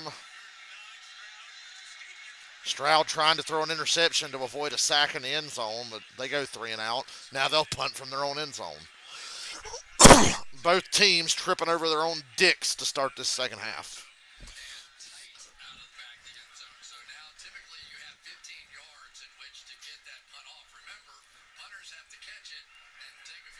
Mulligan, Jared Goff, Mulligan. The Hail Mary and that one, that's a mulligan. Accurate here and try to get the ball, or you just set up this return. You can see how condensed the formation is here for the Texans. Tommy Townsend to kick it. Khalif Raymond back for Detroit. The tense punting from the one. On the back line. Good punt. Good high punt. Lions get a short field for the second series in a row. In territory. The Lions having a good field position as the pushing and shoving goes on. Detroit has it, and Ben Johnson, the offense, Chris, take over at the plus 44. Yeah, Ben Johnson has been pulling plays out that have just worked magically for the last 3 years here for the Lions. And they have not been in these situations very often. They really have not, where things just are not working. And now they've got to piece it back together. And I go back once again, Amon-Ra St. Brown, he's taken away from this offense. That's the jump start. 3 targets, 2 catches for St. Brown. God, I wish Detroit could run the ball and make a game out of this. David Montgomery left. Well, that's good effort. That's just good individual effort there by Montgomery. About 4 yards on first down. And Foley Fatukasi is slow to get up, the defensive tackle for the Texans. Dan Skipper, who's in replacing Taylor Decker on the edge. And you're also seeing David Montgomery, who is that fighter back there on the back end. But so far, Skipper's done fine. That's not what's happened here tonight. Yeah, I was going to ask you that without the left tackle. No, that's not what's happening here. This is, in my opinion, a team that got embarrassed in New York against the Jets a week ago, and they came out and just were lighting the world on fire that first half. So Fatukasi remains. Oh, good God.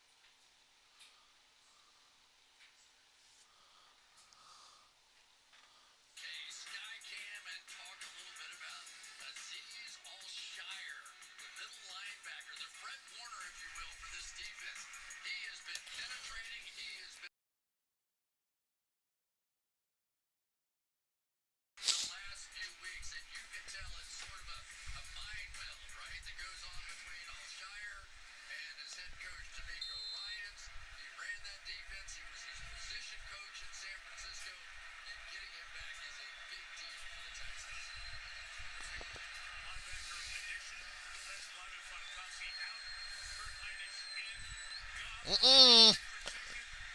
Laporta down to the 3. First and goal. Jared Goff let it fly on that one.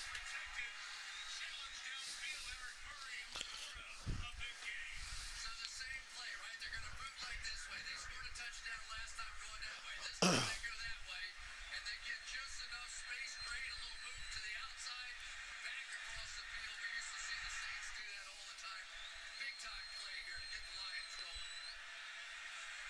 37 on that one, 66 on the night for Laporta. Can they punch it in? Yes! David Montgomery, touchdown. They trade picks. Houston punts. Detroit goes down and scores. And they're going to go for 2 here to make it a 8-point game, 1 score.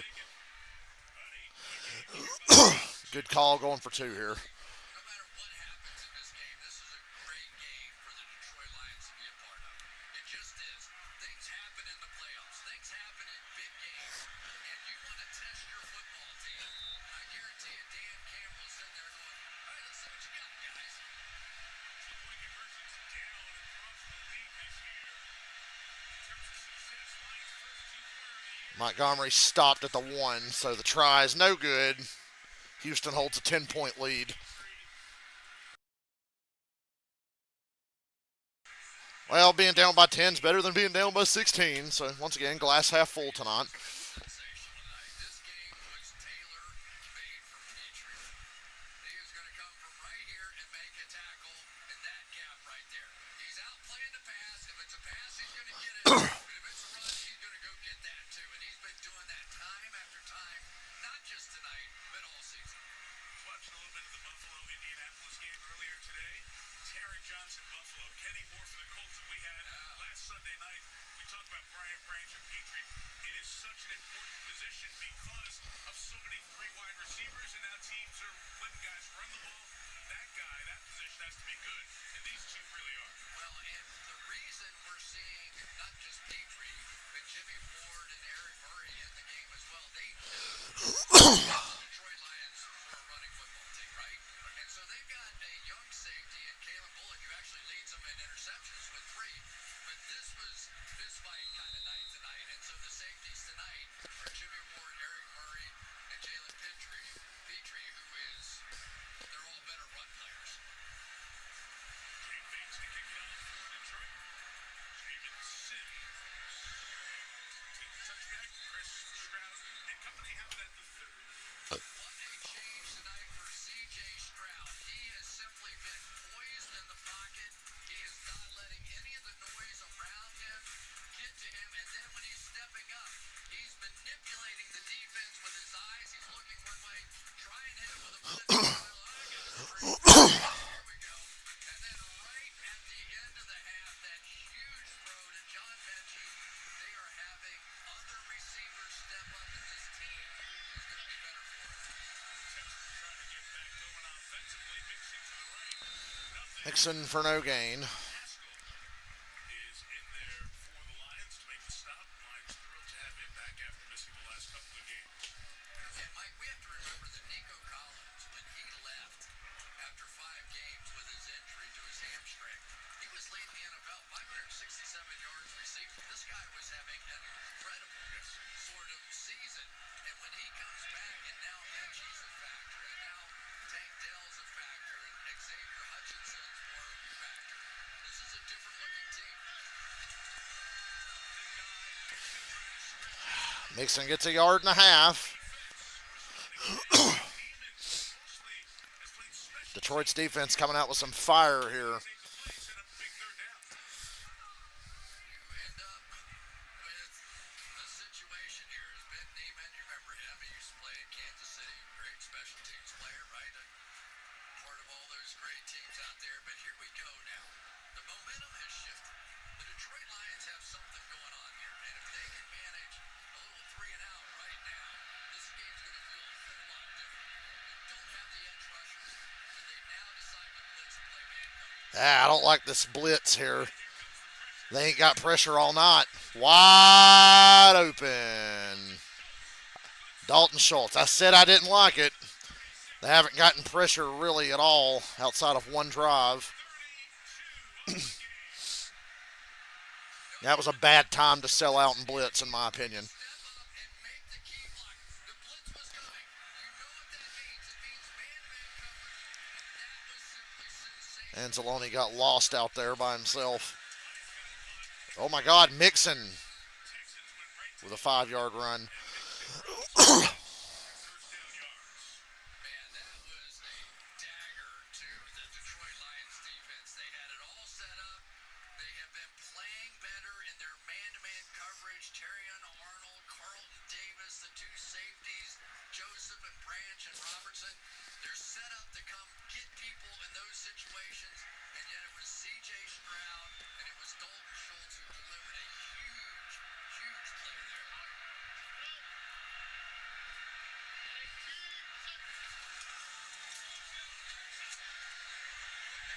Oh no. Oh! Intercepted again by Carlton Davis. Touchback.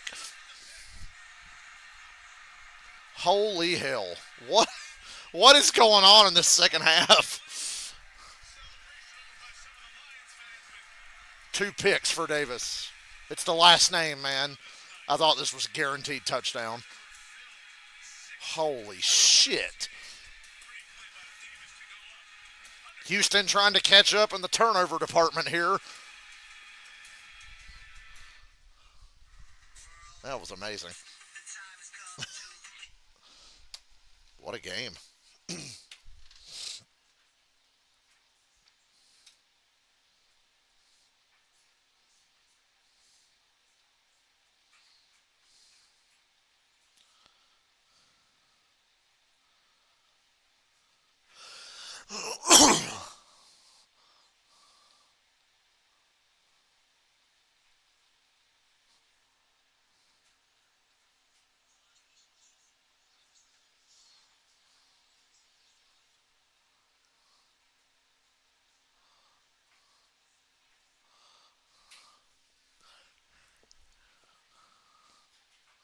Just one of those games.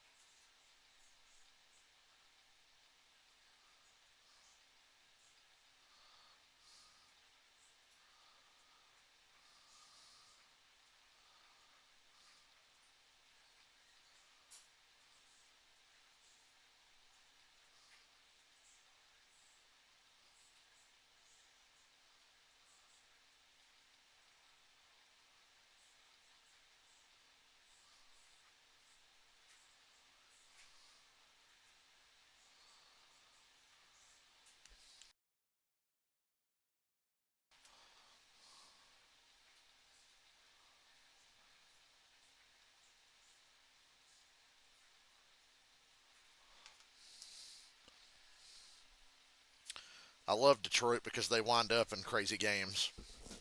As good as they are, they're always going to be entertaining. History of the National Football League. I have never heard 67,000 people scream, throw! Look how open he is. Carlton Davis says, nope.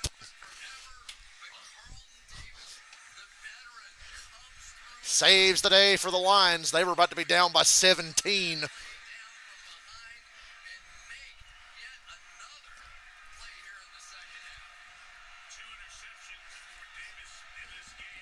They're going to need more to win, I think, after what they gave up in the first half. Gibbs with some speed and a good block. He's, so close. First down. But, so close to just being gone.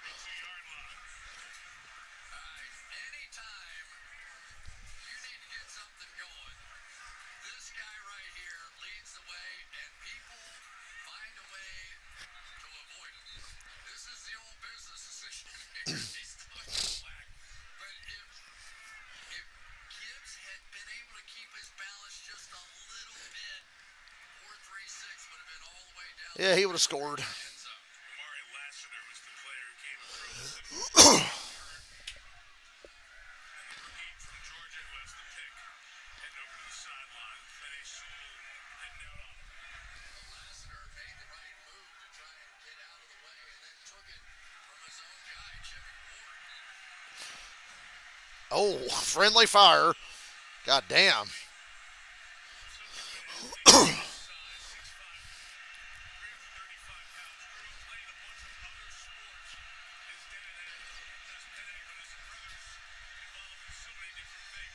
Oh my God. Again, that's intercepted.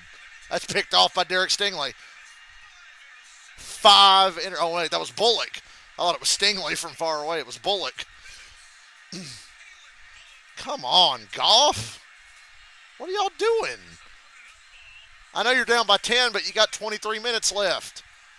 Remember that safety I told you about that wasn't going to play? I don't understand. Because they had to stop the run. Well, guess what? You get in a passing situation, you 5 interceptions. 6-2 runs for a guy that has just made Turned into Jake Dolan. He's taking himself out of the MVP conversation, that's for sure.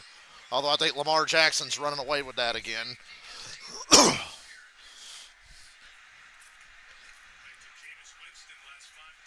God, man. Stafford had a 5-pick game for the Lions back some 15 years ago in 2009. You're in the same stat category as Jameis Winston. You're probably not having a good day. on the same ground. It's not involved in this offense. It's not the same offense. When they're not running consistent and they're not getting the ball to Amon Ra.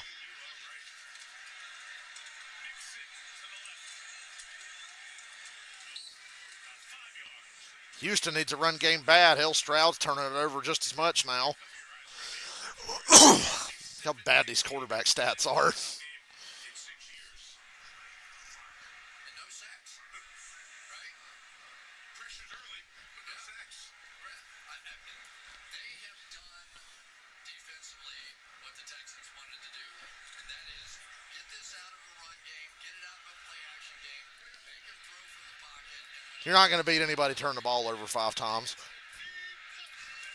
referenced the 2018 Goff was a part of the Rams. 3rd and 1 here. That was a tough run, but not quite enough. And Rams on the Detroit defense. We've had 4 interceptions Halfway through the 3rd quarter. each side.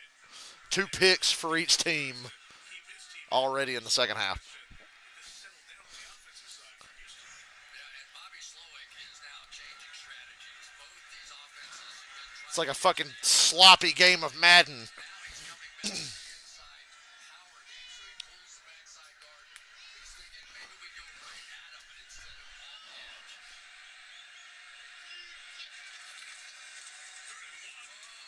1st down. Oh my God. That was almost a fumble. 3 straight runs. They got a 1st down out of it. Run it some more. Make this game disappear. You've gotten 5 takeaways. You're up by 10. Toss the ball from a yard away. I mean, anything. Good thing is such a good receiver. Oh my goodness gracious. It's nuts out here tonight. Everything that can happen in this game has happened. 2 hands on the head, in disbelief. Kind of became a thing at the Michigan Run the ball. State game several years ago when my friend Sean McDonough famously said they tripled the snap. Oh man. Carlton Davis again making the save. The whole defensive line got wiped off the face of the earth, but there may have been a penalty in there, and now Davis is shook up for making the tackle. Yes, they call holding on Houston. Officials and the athletic training staff from the Lions have come over to take a look at Davis after the hold on Juice Scruggs was moved over to the guard position. Well, there's the star of the second half. No question about it for the Detroit Lions. And I don't know if he took a knee to the helmet or exactly what happened.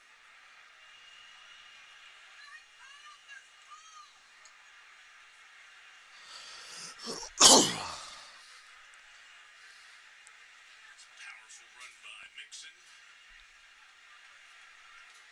these defensive backs, to get these big guys on the ground, they go low, and sometimes their head ends up getting a shin, a knee in the side. And Davis comes off. Meek Robertson is the starting field on that last snap. Different position. Robertson can definitely play on the outside. There's no issue with that. Still, you tend to want to experiment a little bit and see what he's got. He's not the biggest guy in the world. He's much more sort of the coverage kind of linebacker. Can run really well, but see if they Some attrition in this game, too, as well as all the crazy turnovers. With a neck injury before camp got started for the Lions, he opened up his window off to injured reserve. So what happened? Pressure, sacked. So holding, sack. Now they're backed way up again. Having a very good game. Another loss. A great half for the Detroit defense so far. huge play here because so many times C.J. Stroud will make this defensive tackle miss. You can see the other defensive tackle never got off the line of scrimmage, and so if Stroud now, McNeil's down on the field. Good grief, man. Everybody getting hurt all of a sudden. Athletic training staff out to look at him after that sack. He felt some discomfort. Get a peek at McNeil, who had his contract extended a few weeks ago. The Lions tried to lock down some of the centerpieces of this team in Goff and St. Brown and Penei Sewell, and then that man right there, taken in the third round 4 years ago out of North Carolina State.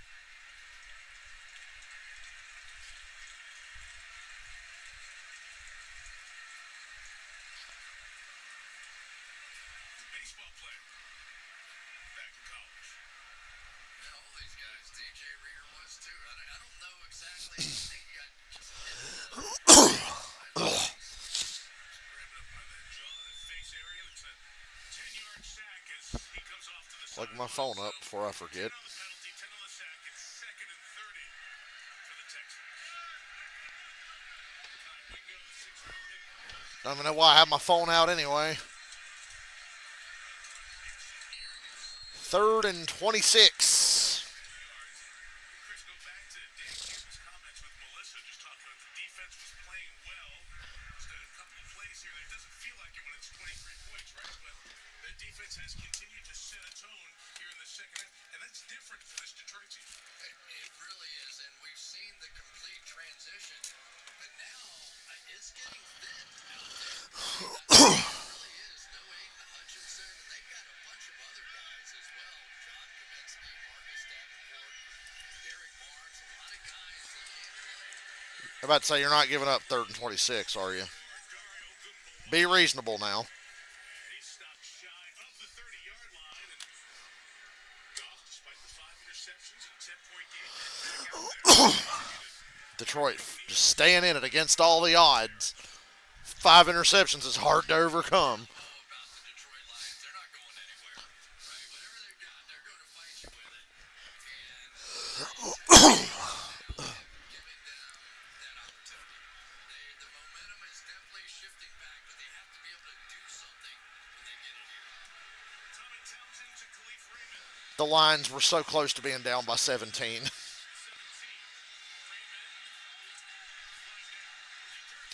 Well, this good punt return doesn't count. At the 37-yard line. So off of that turn the corner block on one of the gunners is the one that brings the flag out. Turn their turn. Illegal block in the back. Receiving team number 51.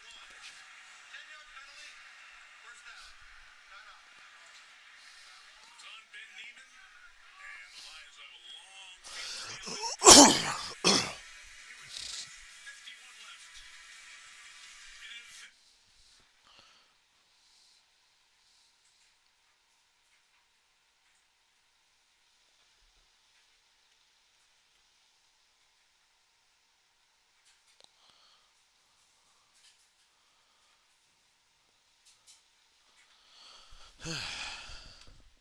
Oh, good grief, fucking fan. Stay up, bitch.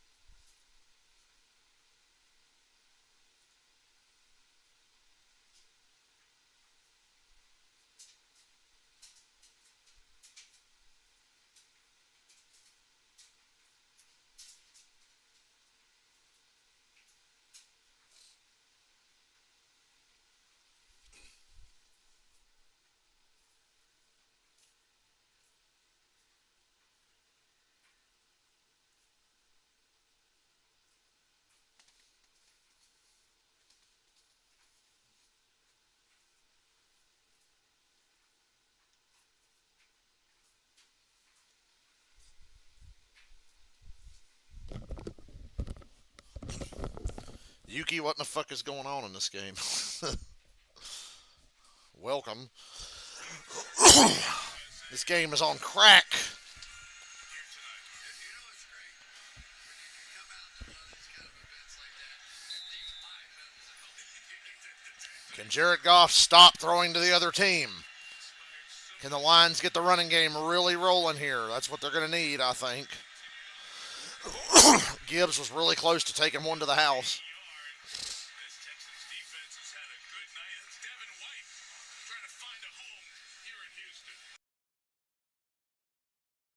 He was the speedster. He was the guy that was just running sideline to sideline and creating havoc. Oh, yeah, I kind of forgot Devin White plays for Houston. When he takes off, Looked like he was going to be an all-time great with Tampa Bay and then kind of flamed out, but to get after the I still think he's a good player. Philly didn't work out, released him. Houston brought him in his third game of time. Another shit throw from Jared Goff, but at least it harmlessly hit the ground. Flag. St. Brown again. As Goff throwing in that direction.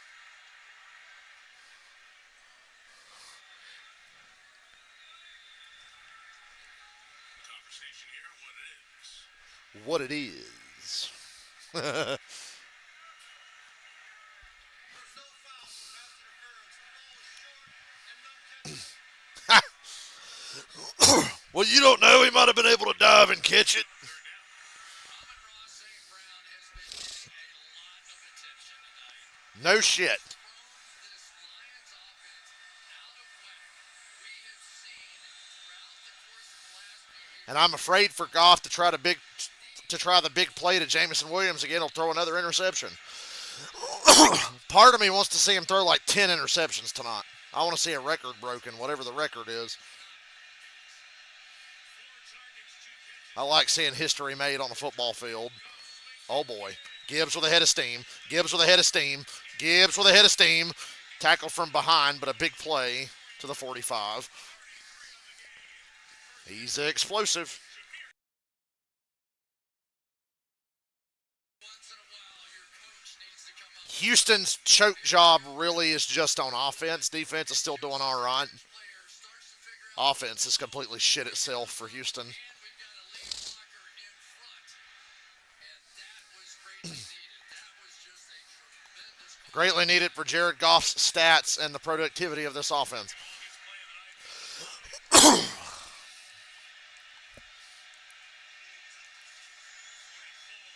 Come on, come on, come on, come on, come on. Ah, nice hurdle, but no gain. Mike, a number of injuries to catch you up on for the Lions tight end. Sam Laporta spent 10 minutes in the medical tent. He is questionable with a shoulder injury for the Texans. Defensive tackle Folorunso Fatukasi went to medical tent to the locker room. He's questionable with a foot injury, and Kamari Lassiter, who has 2 interceptions on the night, left the field with a towel over his head with the independent concussion specialist. He's being evaluated for a head injury. They're trying to hit the home run with Gibbs. I think that's their game plan right now. Third down, final 100 seconds.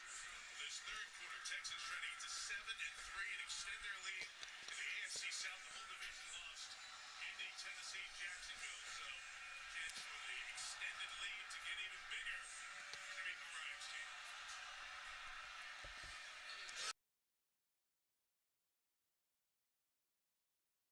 He's been doubled, which means just like the Texans, right now the Lions need somebody else to step up here. Yeah. Still straight in there at tight end. With Laporta out. They run it on 3rd and 7. They're so scared to let Goff fling this thing, they run it on 3rd and 7. So often they go for it on 4th down, but here it's They got a punt. about 6 and they'll kick it away. Mike, that's exactly what they were doing. Getting stuffed on the run. Not a great night for Montgomery. Gibbs is starting to get it rolling, but Fourth and 1, we'll go for it. I don't like the play call there. Certainly did not happen. Oh. Ball coming out. There's no body part down there. Looks like it is just his hand. And see if there's a clear recovery. The snap happens. Fox. Just punt and trust your defense to keep it up. Pin the Texans inside the 10 again.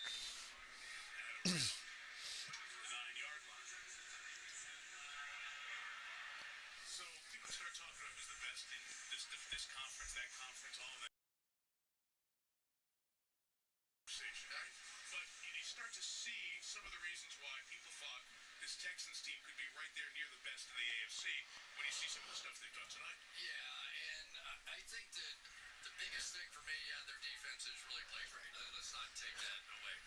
But CJ some plays. You know, he came up short on the one down there. But his play in the first half really woke up this football team. Now he needs to go finish this game. This is one of those games you win here, and basically you start making. You score, you go up by 17 going to the fourth quarter. Should have been caught. Campbell there in coverage with Cade Stover. Big Ten guys, Iowa and Ohio State. Well, we told you about what Jack Campbell has done this year, but I think the biggest is he has the ability to go down the field 25 yards and make those kinds of plays. And it just, we always talk about the jump that young players make from year one to year two. I mean, it is just easy to see with Jack Campbell.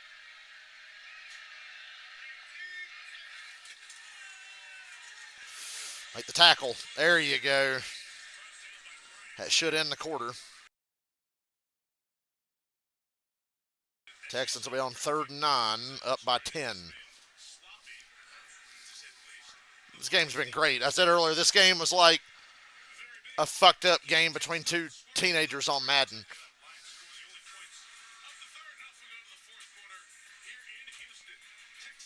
Where guys are just throwing deep and making dumb throws and going for it on 4th down and all that shit.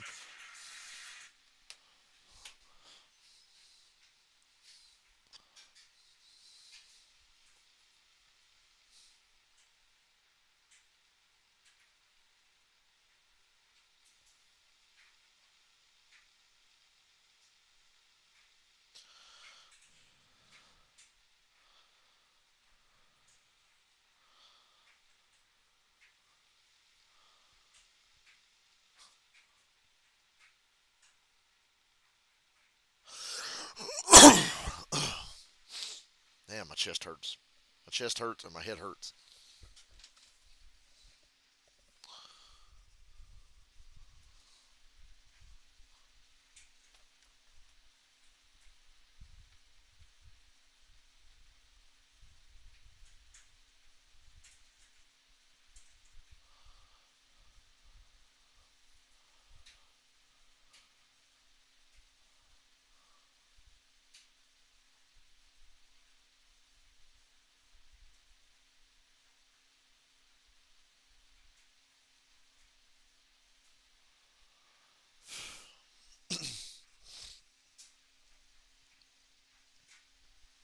Man, I'm glad NASCAR's over. Really, I am. I used to be like, oh man, it's over. Can't wait till next year. Now I'm just like, oh, thank God it's over. It's like the 3rd year in a row now where I've just been like, oh, thank God.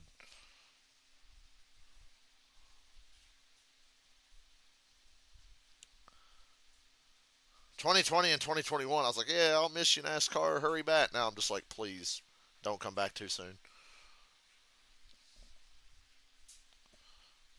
Fuck.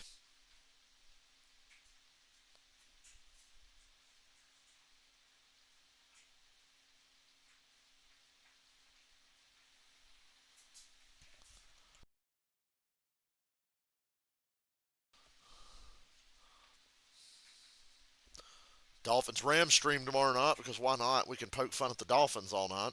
Even if they win, I'm going to poke fun at them. Tonight's SNF sites are provided by Nationwide. How about Toro, mascot here for the Texans, with his entry, the battle ring uniform. Apparently you've done something like this. Yeah, I did. In New Zealand, they had the thing you could jump off a 60-story building. I'd been in New Zealand for like 15 minutes and walked over. I was like, all right, what the heck? You walk out on the Did you want to follow Toro? You would not stop that. Stop that. Fourth quarter begins. Like Tarico, Chris Collins, Melissa Stark, Terry McCauley, our rules analyst back in the studio. Texans face 3rd and 9. 3rd and 9. Oh, incomplete. Branch with a great play over the middle. Detroit will not die. They've been thoroughly outplayed for the majority of this game. They will not die. Credit to this defense without Aiden Hutchinson for locking down here in the second half. I said at the start of the game when they really weren't getting pressure, I'm like, this could be the game where they really miss Hutchinson for the first time. They get Zadarius Smith next week. That'll help. But I'm impressed by this effort.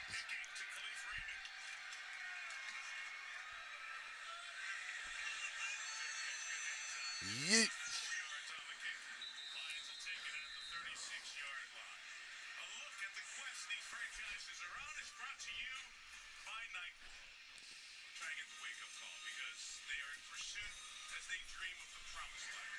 Lions, the fifth oldest team in the league. The Texans, the newest team. In an expansion, they came in 2002. And the Lions haven't won as many division titles given how long they've been around. But the Texans, not bad. However, the Texans are still trying to get to that penultimate game, the conference championship. They're all trying to get to the top of the mountain. These are two of the four franchises never to play the Super Bowl. Texans, Lions, Jaguars, Cleveland Browns, the Dogs, the Browns. Teams hoping that Super Sunday is going to be theirs someday. Uh-oh. And another bad Jared Goff throw. But it was low. At least now he's missing low instead of high and getting intercepted.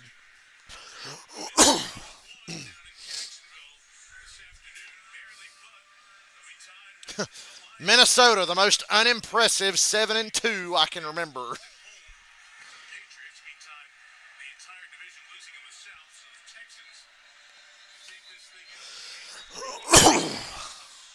They've swept Indianapolis, so essentially they'd be 4 up.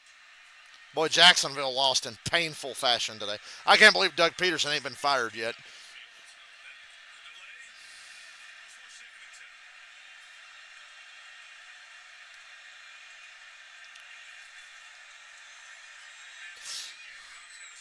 10. Oh my God, Amon-Ra St. Brown for a gain of 8. Shot of 45-yard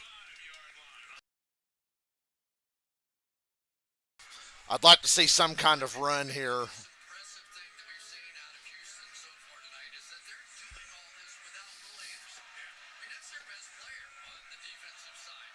And those 7.5 sacks haven't been a factor, and yet they're getting pressure very consistently tonight, and that has been a bit of a surprise. They run it, and they are denied. I think you go for this. It's so close, you go for this. I think they're a hair short. Ah, they're saying first down. I thought he was a little short. Right on the line to gain, first down. Don't know if there's enough there to review it. Let's go get behind Panay Sewell and just see what happens here. But that is, you talk about the grit, and that's what the Lions talk about. I don't think he got it. Montgomery is their grit guy. He did not get it, but it's close. David Montgomery is Not enough to challenge, so the Lions march on. Montgomery gain of 4. He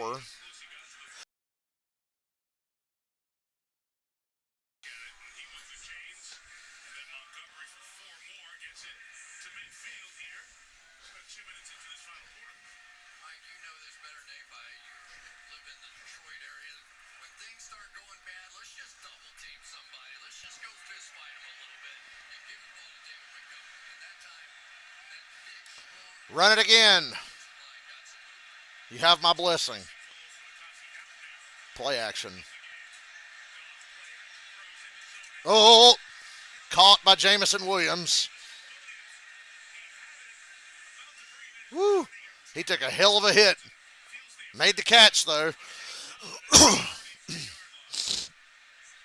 was a duck coming out, but this Another bad Jared Goff throw, but he gets away with it. thing all season, when your hands are above your body like that, I've never seen a man nuke his MVP chances in one game quite like this. You throw 5 interceptions.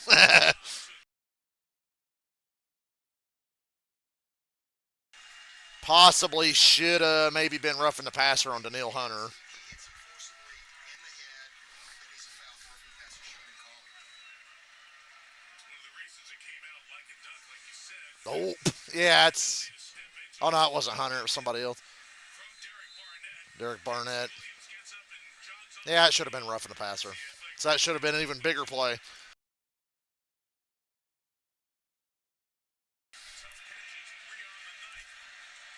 Play action, pressure in his face, screen to Montgomery with blockers. First and goal, Detroit.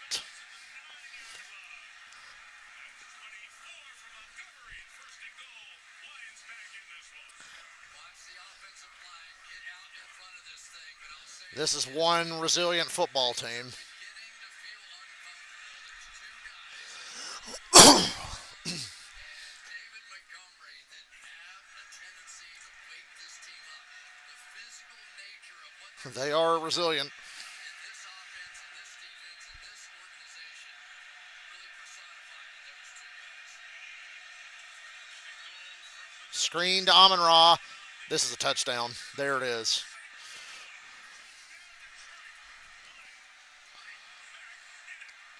An extra point will put them only 3 behind.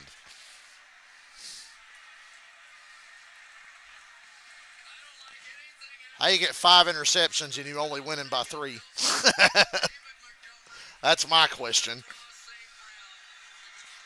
Now that Logano won 3 championship, do you think Gibbs was holding him back? I think it was a little bit. Logano got sent to Cup too soon. The 20 team was in transition. It was a bad situation. And it didn't work out. And then he came into his own at Penske because of his experience at Gibbs and the consistency of Penske. I think it was just a bad. He shouldn't have been in Cup. He got put in Cup probably 2 years too early.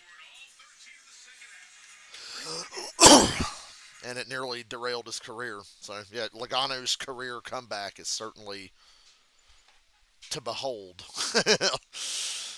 When I watched in those days, man, I thought he was cooked after 2012. He won Pocono in the middle of 2012, and I said that was nice, but this dude's probably still cooked.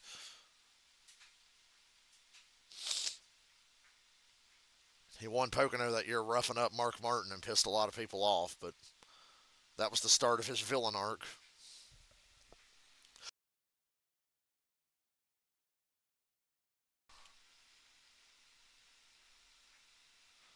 Dude really didn't even sniff the playoffs or chase the first couple of years at JGR.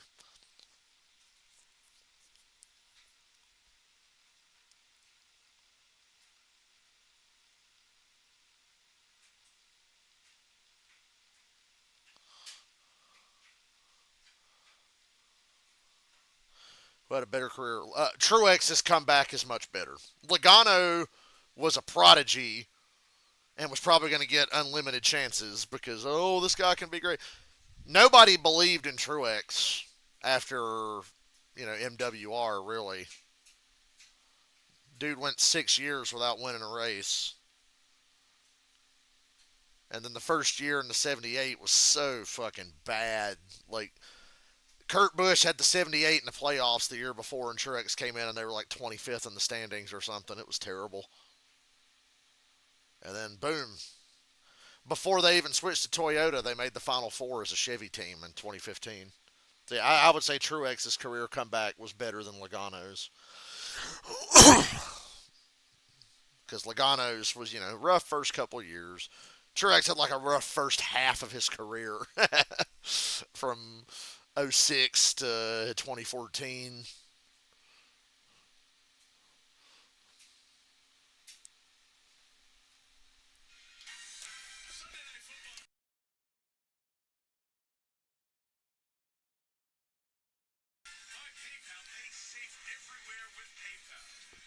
Guys tuning in late for a entertaining game here. It's 23-20 despite all the turnovers. I mean, Houston's had their share now as well to even it out. Houston had a wide open touchdown to go up by 17 and it got intercepted. and now they're only ahead by 3. Detroit is resilient. I think they might be the most resilient team in football if they win this game. It's got to be them or the Steelers.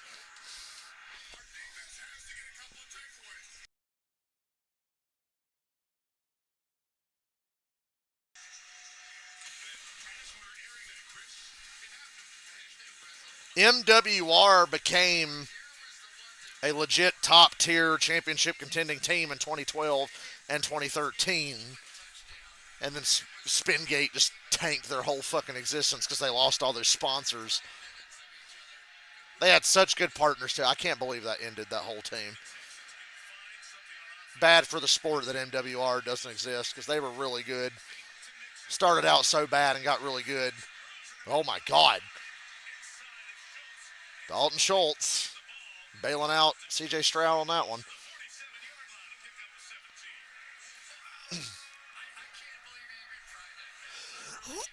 Yeah, I was wondering. I'm like, Stroud, don't do anything to Stroud. What are you doing? Goes a big play for Houston.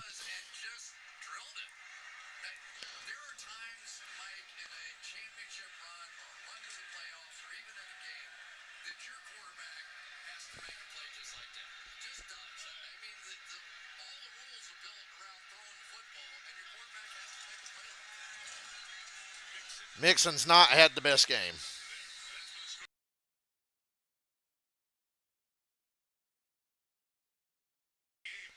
Thus far for Houston that he's finished 21 carries tonight, limited to 34 yards. Yeah, and it's a really good sign. The strength of this Detroit Lions defense is definitely their interior players. Aleem McNeil, DJ Reader. We'll see what Zadarius Smith does for them on the outside, but that is going to be the big challenge. They've done a fantastic job stopping the run out here tonight. But when it gets right down to it, they're going to have to get some pressure on C.J. Stroud in these big moments. False start.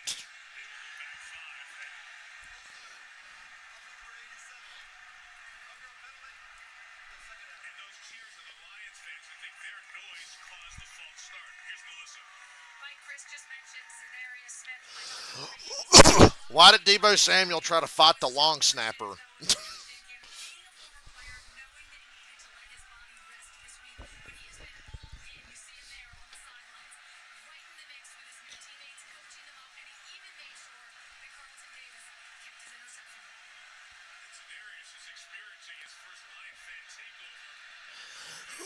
It's amazing how well Lions fans travel. They missed him. And Stroud just goes down. It's going to be third down. Under 10 minutes. And Stroud's hobbling. He's got to still be banged up from the Jets game. I know that was 10 days ago, but he just took a fucking ass whooping in that Jets game.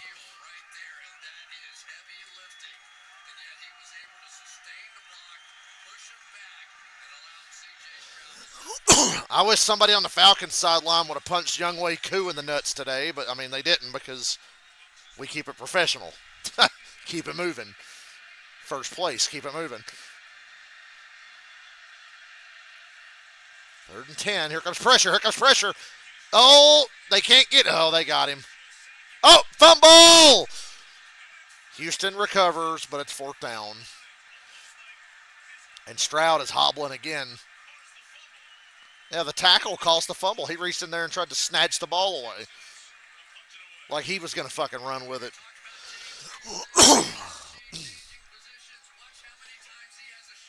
Like, what the hell is this? Well, he was trying to take the ball himself.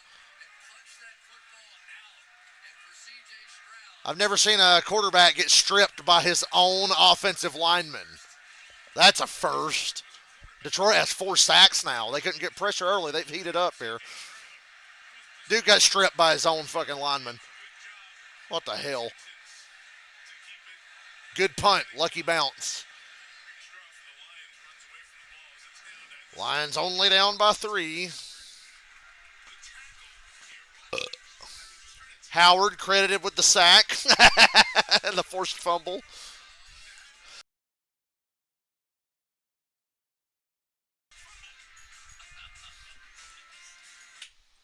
Bro, we gotta have a talk. You can't be the one trying to take the ball. You ain't gonna go anywhere with your fat ass. Like, come on, man.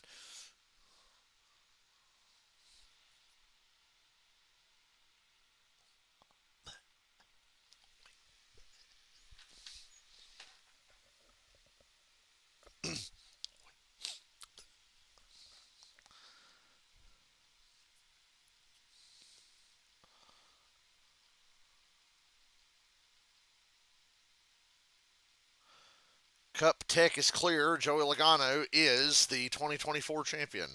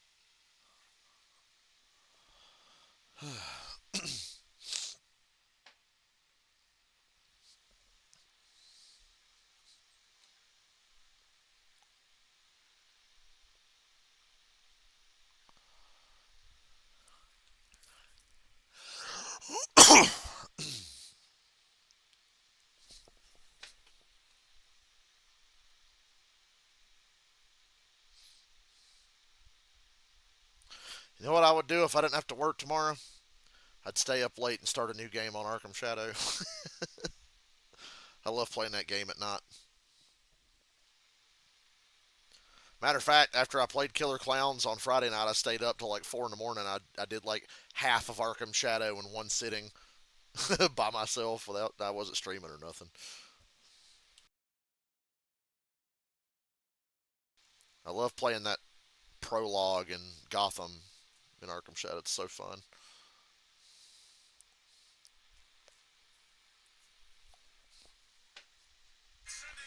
Bengals Chargers. Man, there's so many good games next Sunday. I want to do Ravens Steelers. I want to do Bills Chiefs. Bengals Chargers. I don't know. I mean, it's probably going to be a really good game though.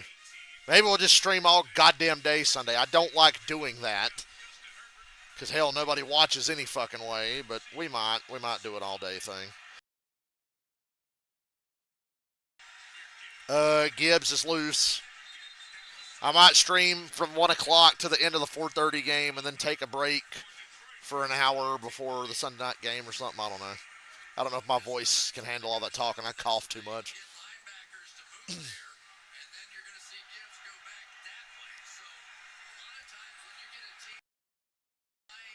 I think Gibbs has the hot hand here to close this game out. Montgomery's not been bad. It's just not his night. I think Gibbs is what you roll with here.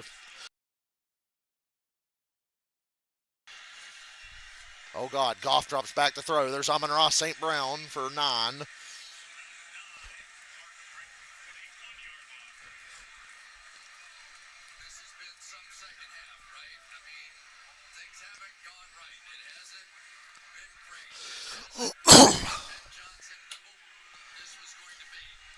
So I'll do a 1 o'clock to like 7:30 stream where we watch where I have Red Zone on, but we focus on Baltimore, Pittsburgh, and Kansas City, Buffalo.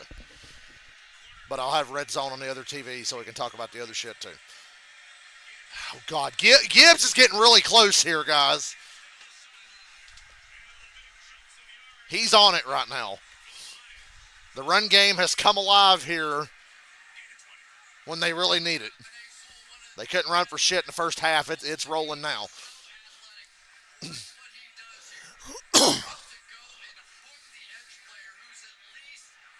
If the Lions win this game, they are the best team in football. You throw 5 interceptions and still win, you're a great football team. I don't care. And Houston, really, if Houston doesn't hold on and win, they've really got to look themselves in the mirror after this last few weeks. I know the injuries and everything, but damn, just sloppy all around. Gibbs again. Offensive line going to work, and Gibbs is trucking.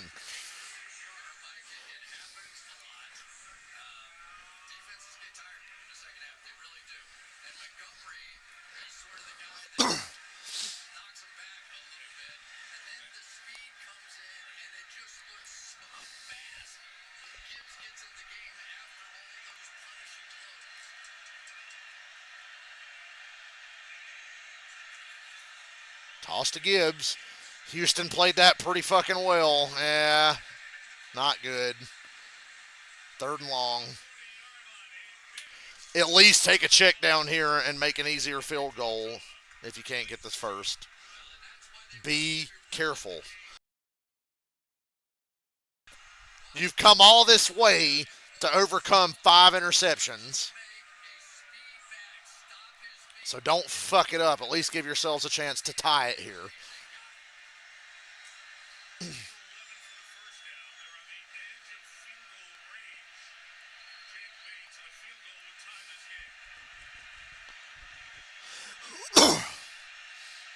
Third and 11. It's in Goff's hands. It's pretty sketchy. Dropped. You want to try a 58-yard field goal? As good as your defense is playing, I would try it. They're going to kick the field goal. 58-yarder. Indoor. Well, the roof is open. But you're kicking on turf.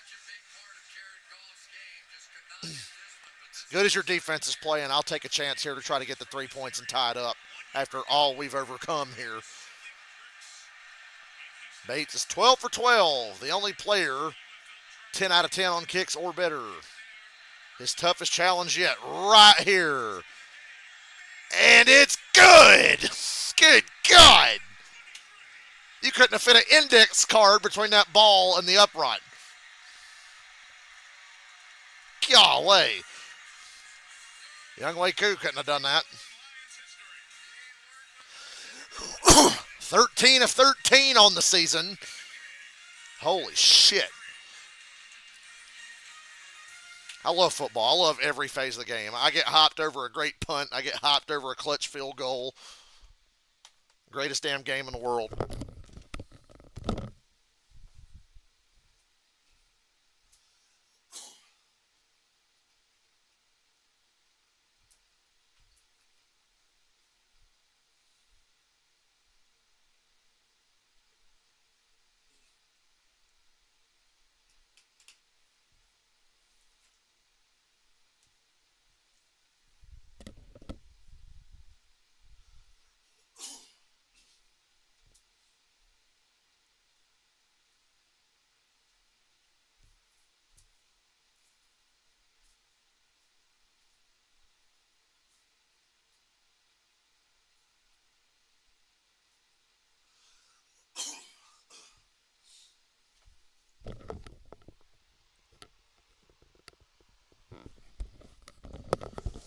Well, it's tied. Houston, you can still win this thing, you know. You're allowed to do something here on offense in the second half. Oh my God, it's Peyton Manning. Peyton Manning? Who? Peyton Manning. Peyton? Peyton.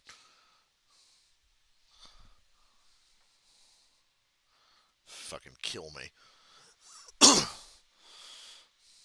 It's okay, I'm going to cough myself to death this winter, I guess. It's the cold air, I think. But I like cold. I like cold air. I like it cold. My fucking room's a damn igloo right now because I don't want it to be hot. And when I go to bed, I'll turn the heat on, shut the fucking window.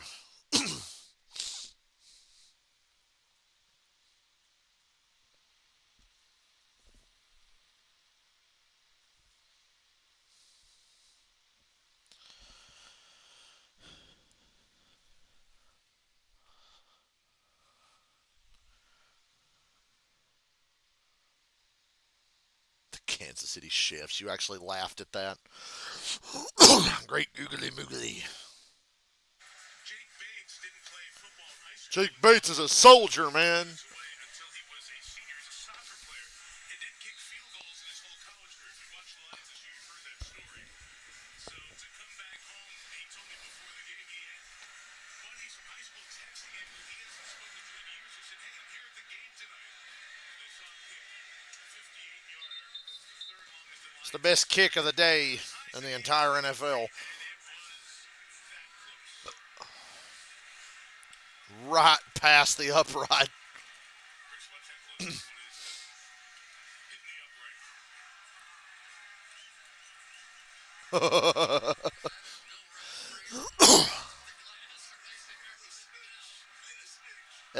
raise the upright.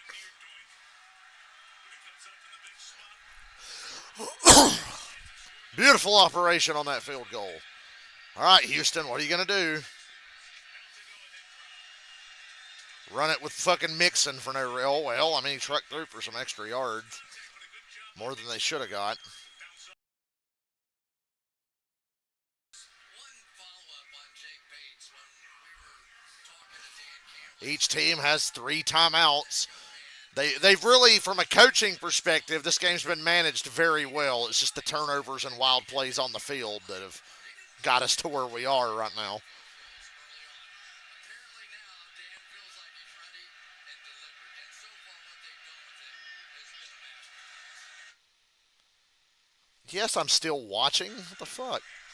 YouTube TV just said, are you still watching? And paused the game. Oh! Tried to throw a damn interception there. Third and 6. Come on, man. Houston, if you want to hang with the big boys, the Buffaloes, who you've already beat, Kansas City, Baltimore, and I can't believe I'm saying this, Pittsburgh, you're going to have to fucking do better than this in the second half.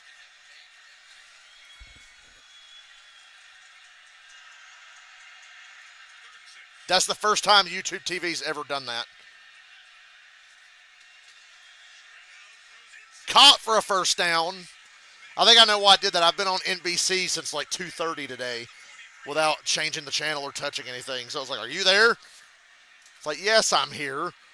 Because the race is on NBC, and then I just left it on this. The other stuff I watched was on the PS4 on the little TV. What a great block there on Anzalone to give Stroud the time to make this throw.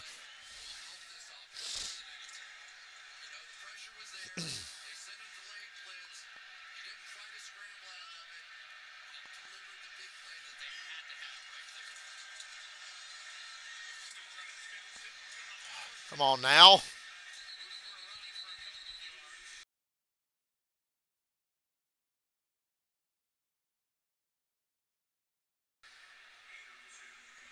Still under 2 yards per carry. Remember, the Texans have the guy who's made the most 50-plus yard field goals in the league, Kaimi Fairbairn. He already has a 56-yarder here tonight. So they're only a couple of first downs away from a shot at a go-ahead field goal. Anybody going to turn the ball over again on either side?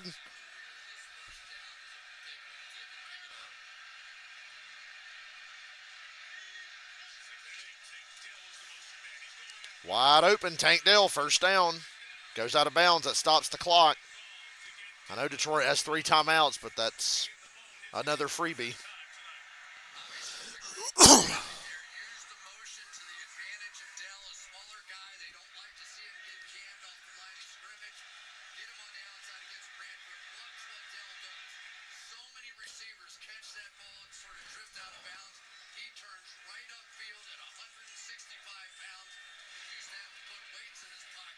Ted Ginn Jr. would have run out of bounds there.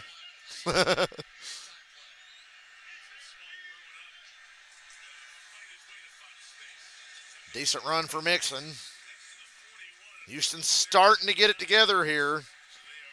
About to put Detroit in a very awkward spot. I think the Lions are going to need another takeaway to win this game.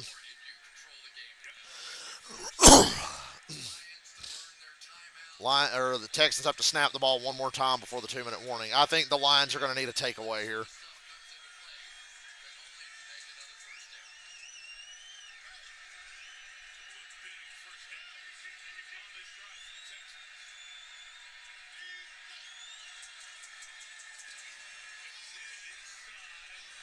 Third down, 2-minute warning.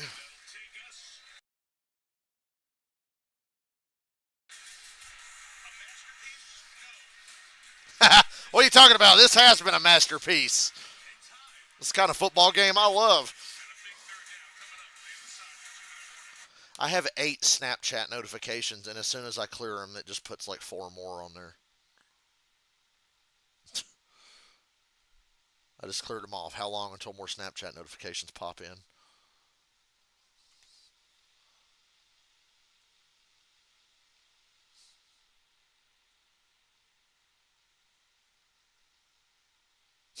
Here's a Twitter thread I can get behind. Rhea Ripley's back over the years. A thread, and it's just a picture of her like standing with her back towards the camera. She got a very impressive back. I'm here for it.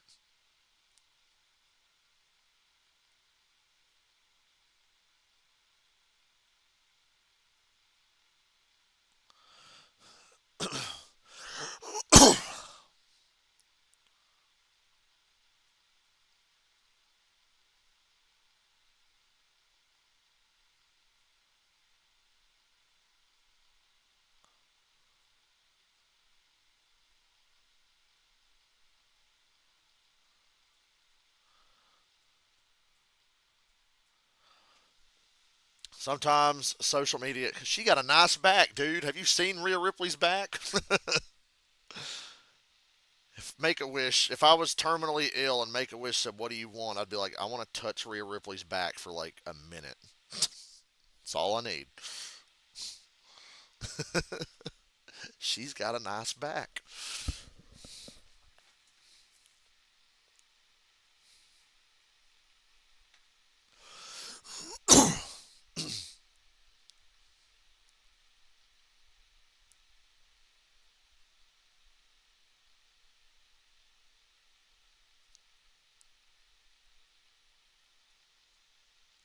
I'm not usually a back man, but she's like so fucking fit that you just can't help but notice how toned every inch of that woman's body is.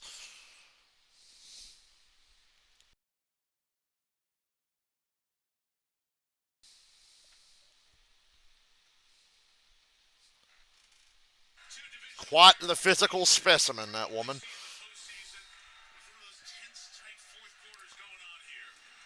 All-time Oh, goody. third down and Third down, they're at the Lions 40. They would be able to try a 58-yard field goal if they don't get a yard here. Part of me wonders would they just go for it? Or, well, they probably just punt it and try to make a stop. Punt it and pin them deep if you don't get this. It's got to come out quick. Uh, oh! I was waiting on the flag. No flag. Arnold shaking up for the Lions. He made the play. Now you want to try a 58-yard field goal? Are you going to go for it? Or are you just going to punt it and pin them deep and hope you can make a stop or Jared Goff throws you another pick? This is an interesting place to be for Houston. If you go for it and don't get it, you look really goddamn stupid. If you kick 58-yard field goal and miss it, you look fucking stupid. Punting it and pinning them deep is also kind of dumb because people are going to say, well, why didn't you take the chance to try a field goal or go for it? You know, so you're kind of fucked either way. And yeah, that maybe should have been pass interference. What, the Lions catch a break in a big moment from the officials? That's actually quite rare if you look at Detroit Lions history.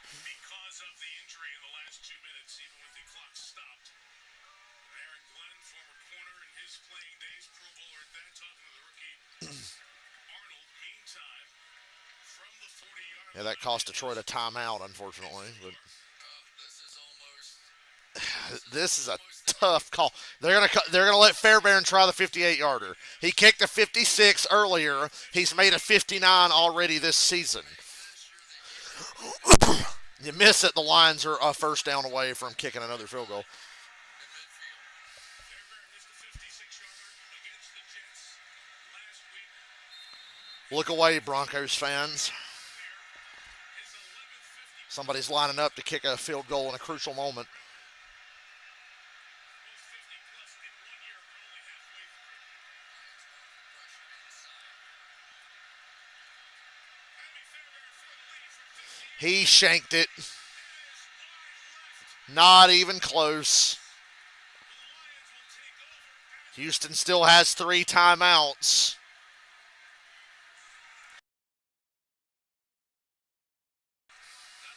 God almighty.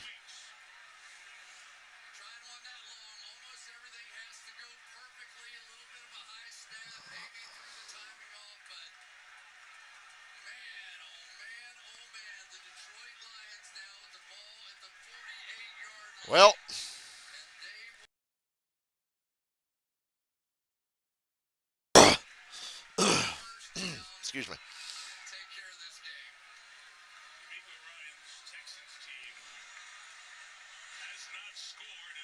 That shit went so far to the left it lost an election.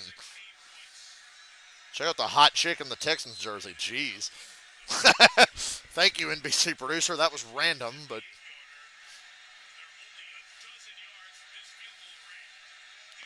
Jared Goff's thrown 5 interceptions tonight. I'd just like to remind everybody of that.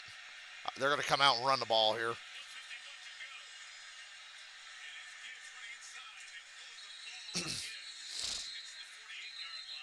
Houston calls timeout.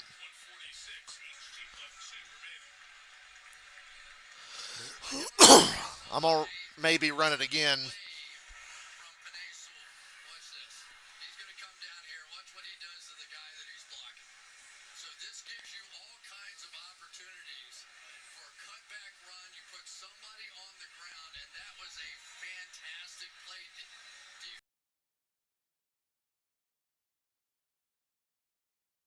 Scrimmage. Remember, one of the best run stoppers inside for the Texans. They got their timeouts, and after the turnovers, I feel like the Lions are still a little gun shy, which is why they're coming out to run the ball, burn the timeouts, and keep Goff from doing something bad. He's had a great year up until tonight. The Falcons, once upon a time with Matt Ryan, won a game where he threw 5 interceptions against Arizona in 2012. He went out of bounds. Oh, okay, they say he's in bounds. Houston calls their second timeout. You're going to have to throw it to get this first down. Unless you want to press your luck, try to run it, get it within a yard or two, and then go for it or something. I don't know. Which I feel like that would probably be a bad idea. You're going to have to throw to get this first down. They know you're trying to run it. I think he was out of bounds.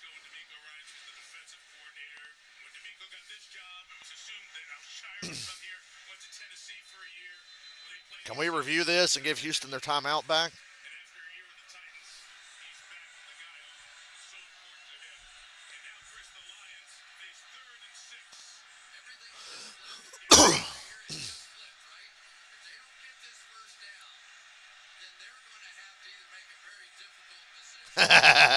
I love this shit.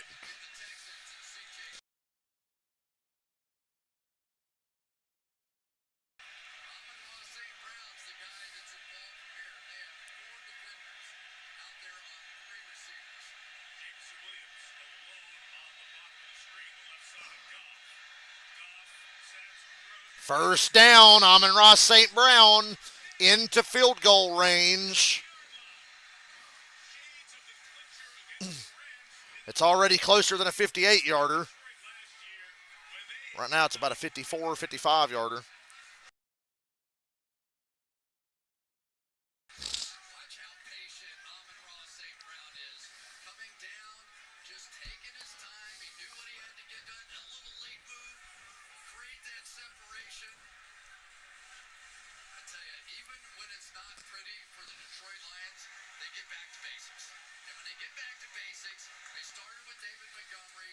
They started bringing in Amon-Ra St. Brown.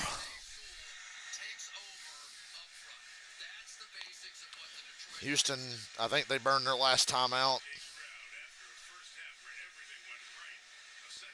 I would have saved that timeout to ice them. They're obviously going to get to try a field goal here.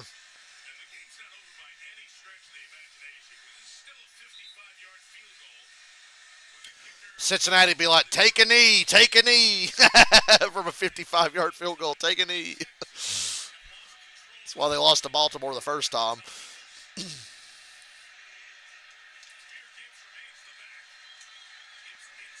53-yard field goal now. Houston can't stop the clock. It's in Detroit's hands now.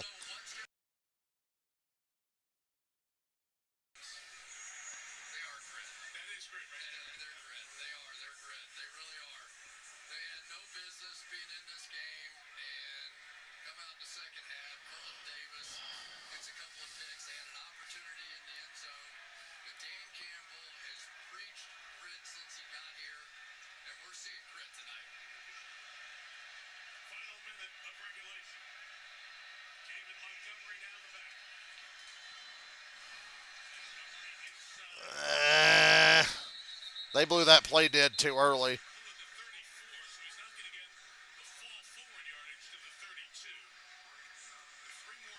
Yeah, they should have been at the 32. They blew it dead before he finished falling forward. I think you're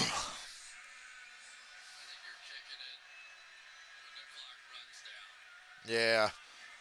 You're probably as close as you're going to get, so just call timeout.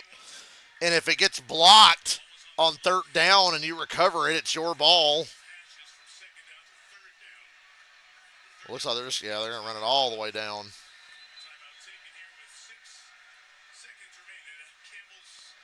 The ref called timeout like 3 seconds early.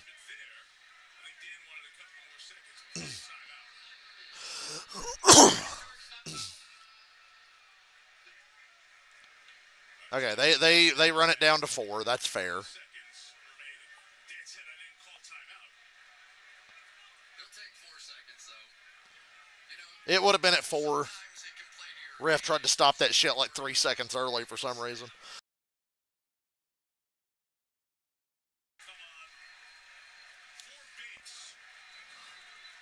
Well, we could either be here for another 30 minutes to an hour or we're going home right now. They can't ice him, so this is the kick.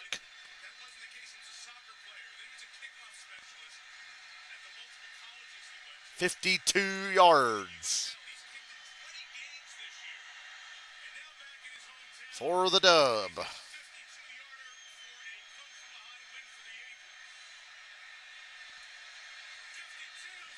He got it again. Good God, dude. Stay away from the uprights.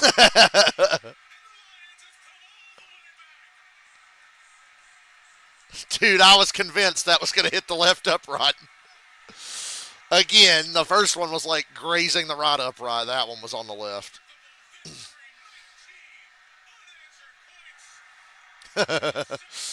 That is the most resilient team in the NFL right now.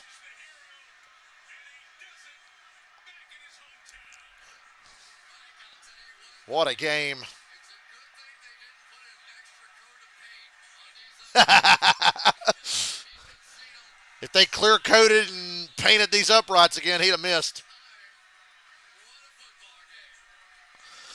What a football game. That is the most resilient team in football.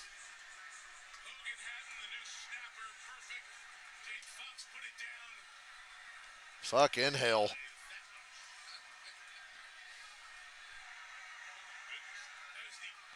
You win a game where you threw 5 interceptions, you're a good football team. 5 picks and you win the game.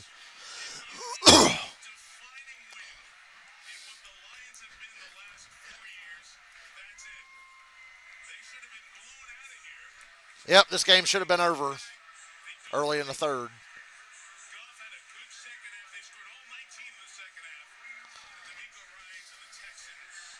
That was worth staying up for.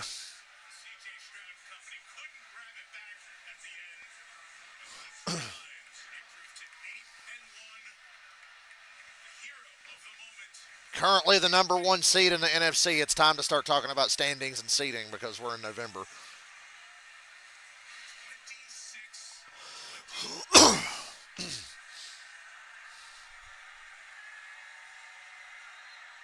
I'll be damned. I had a feeling all the way they were going to be in that game.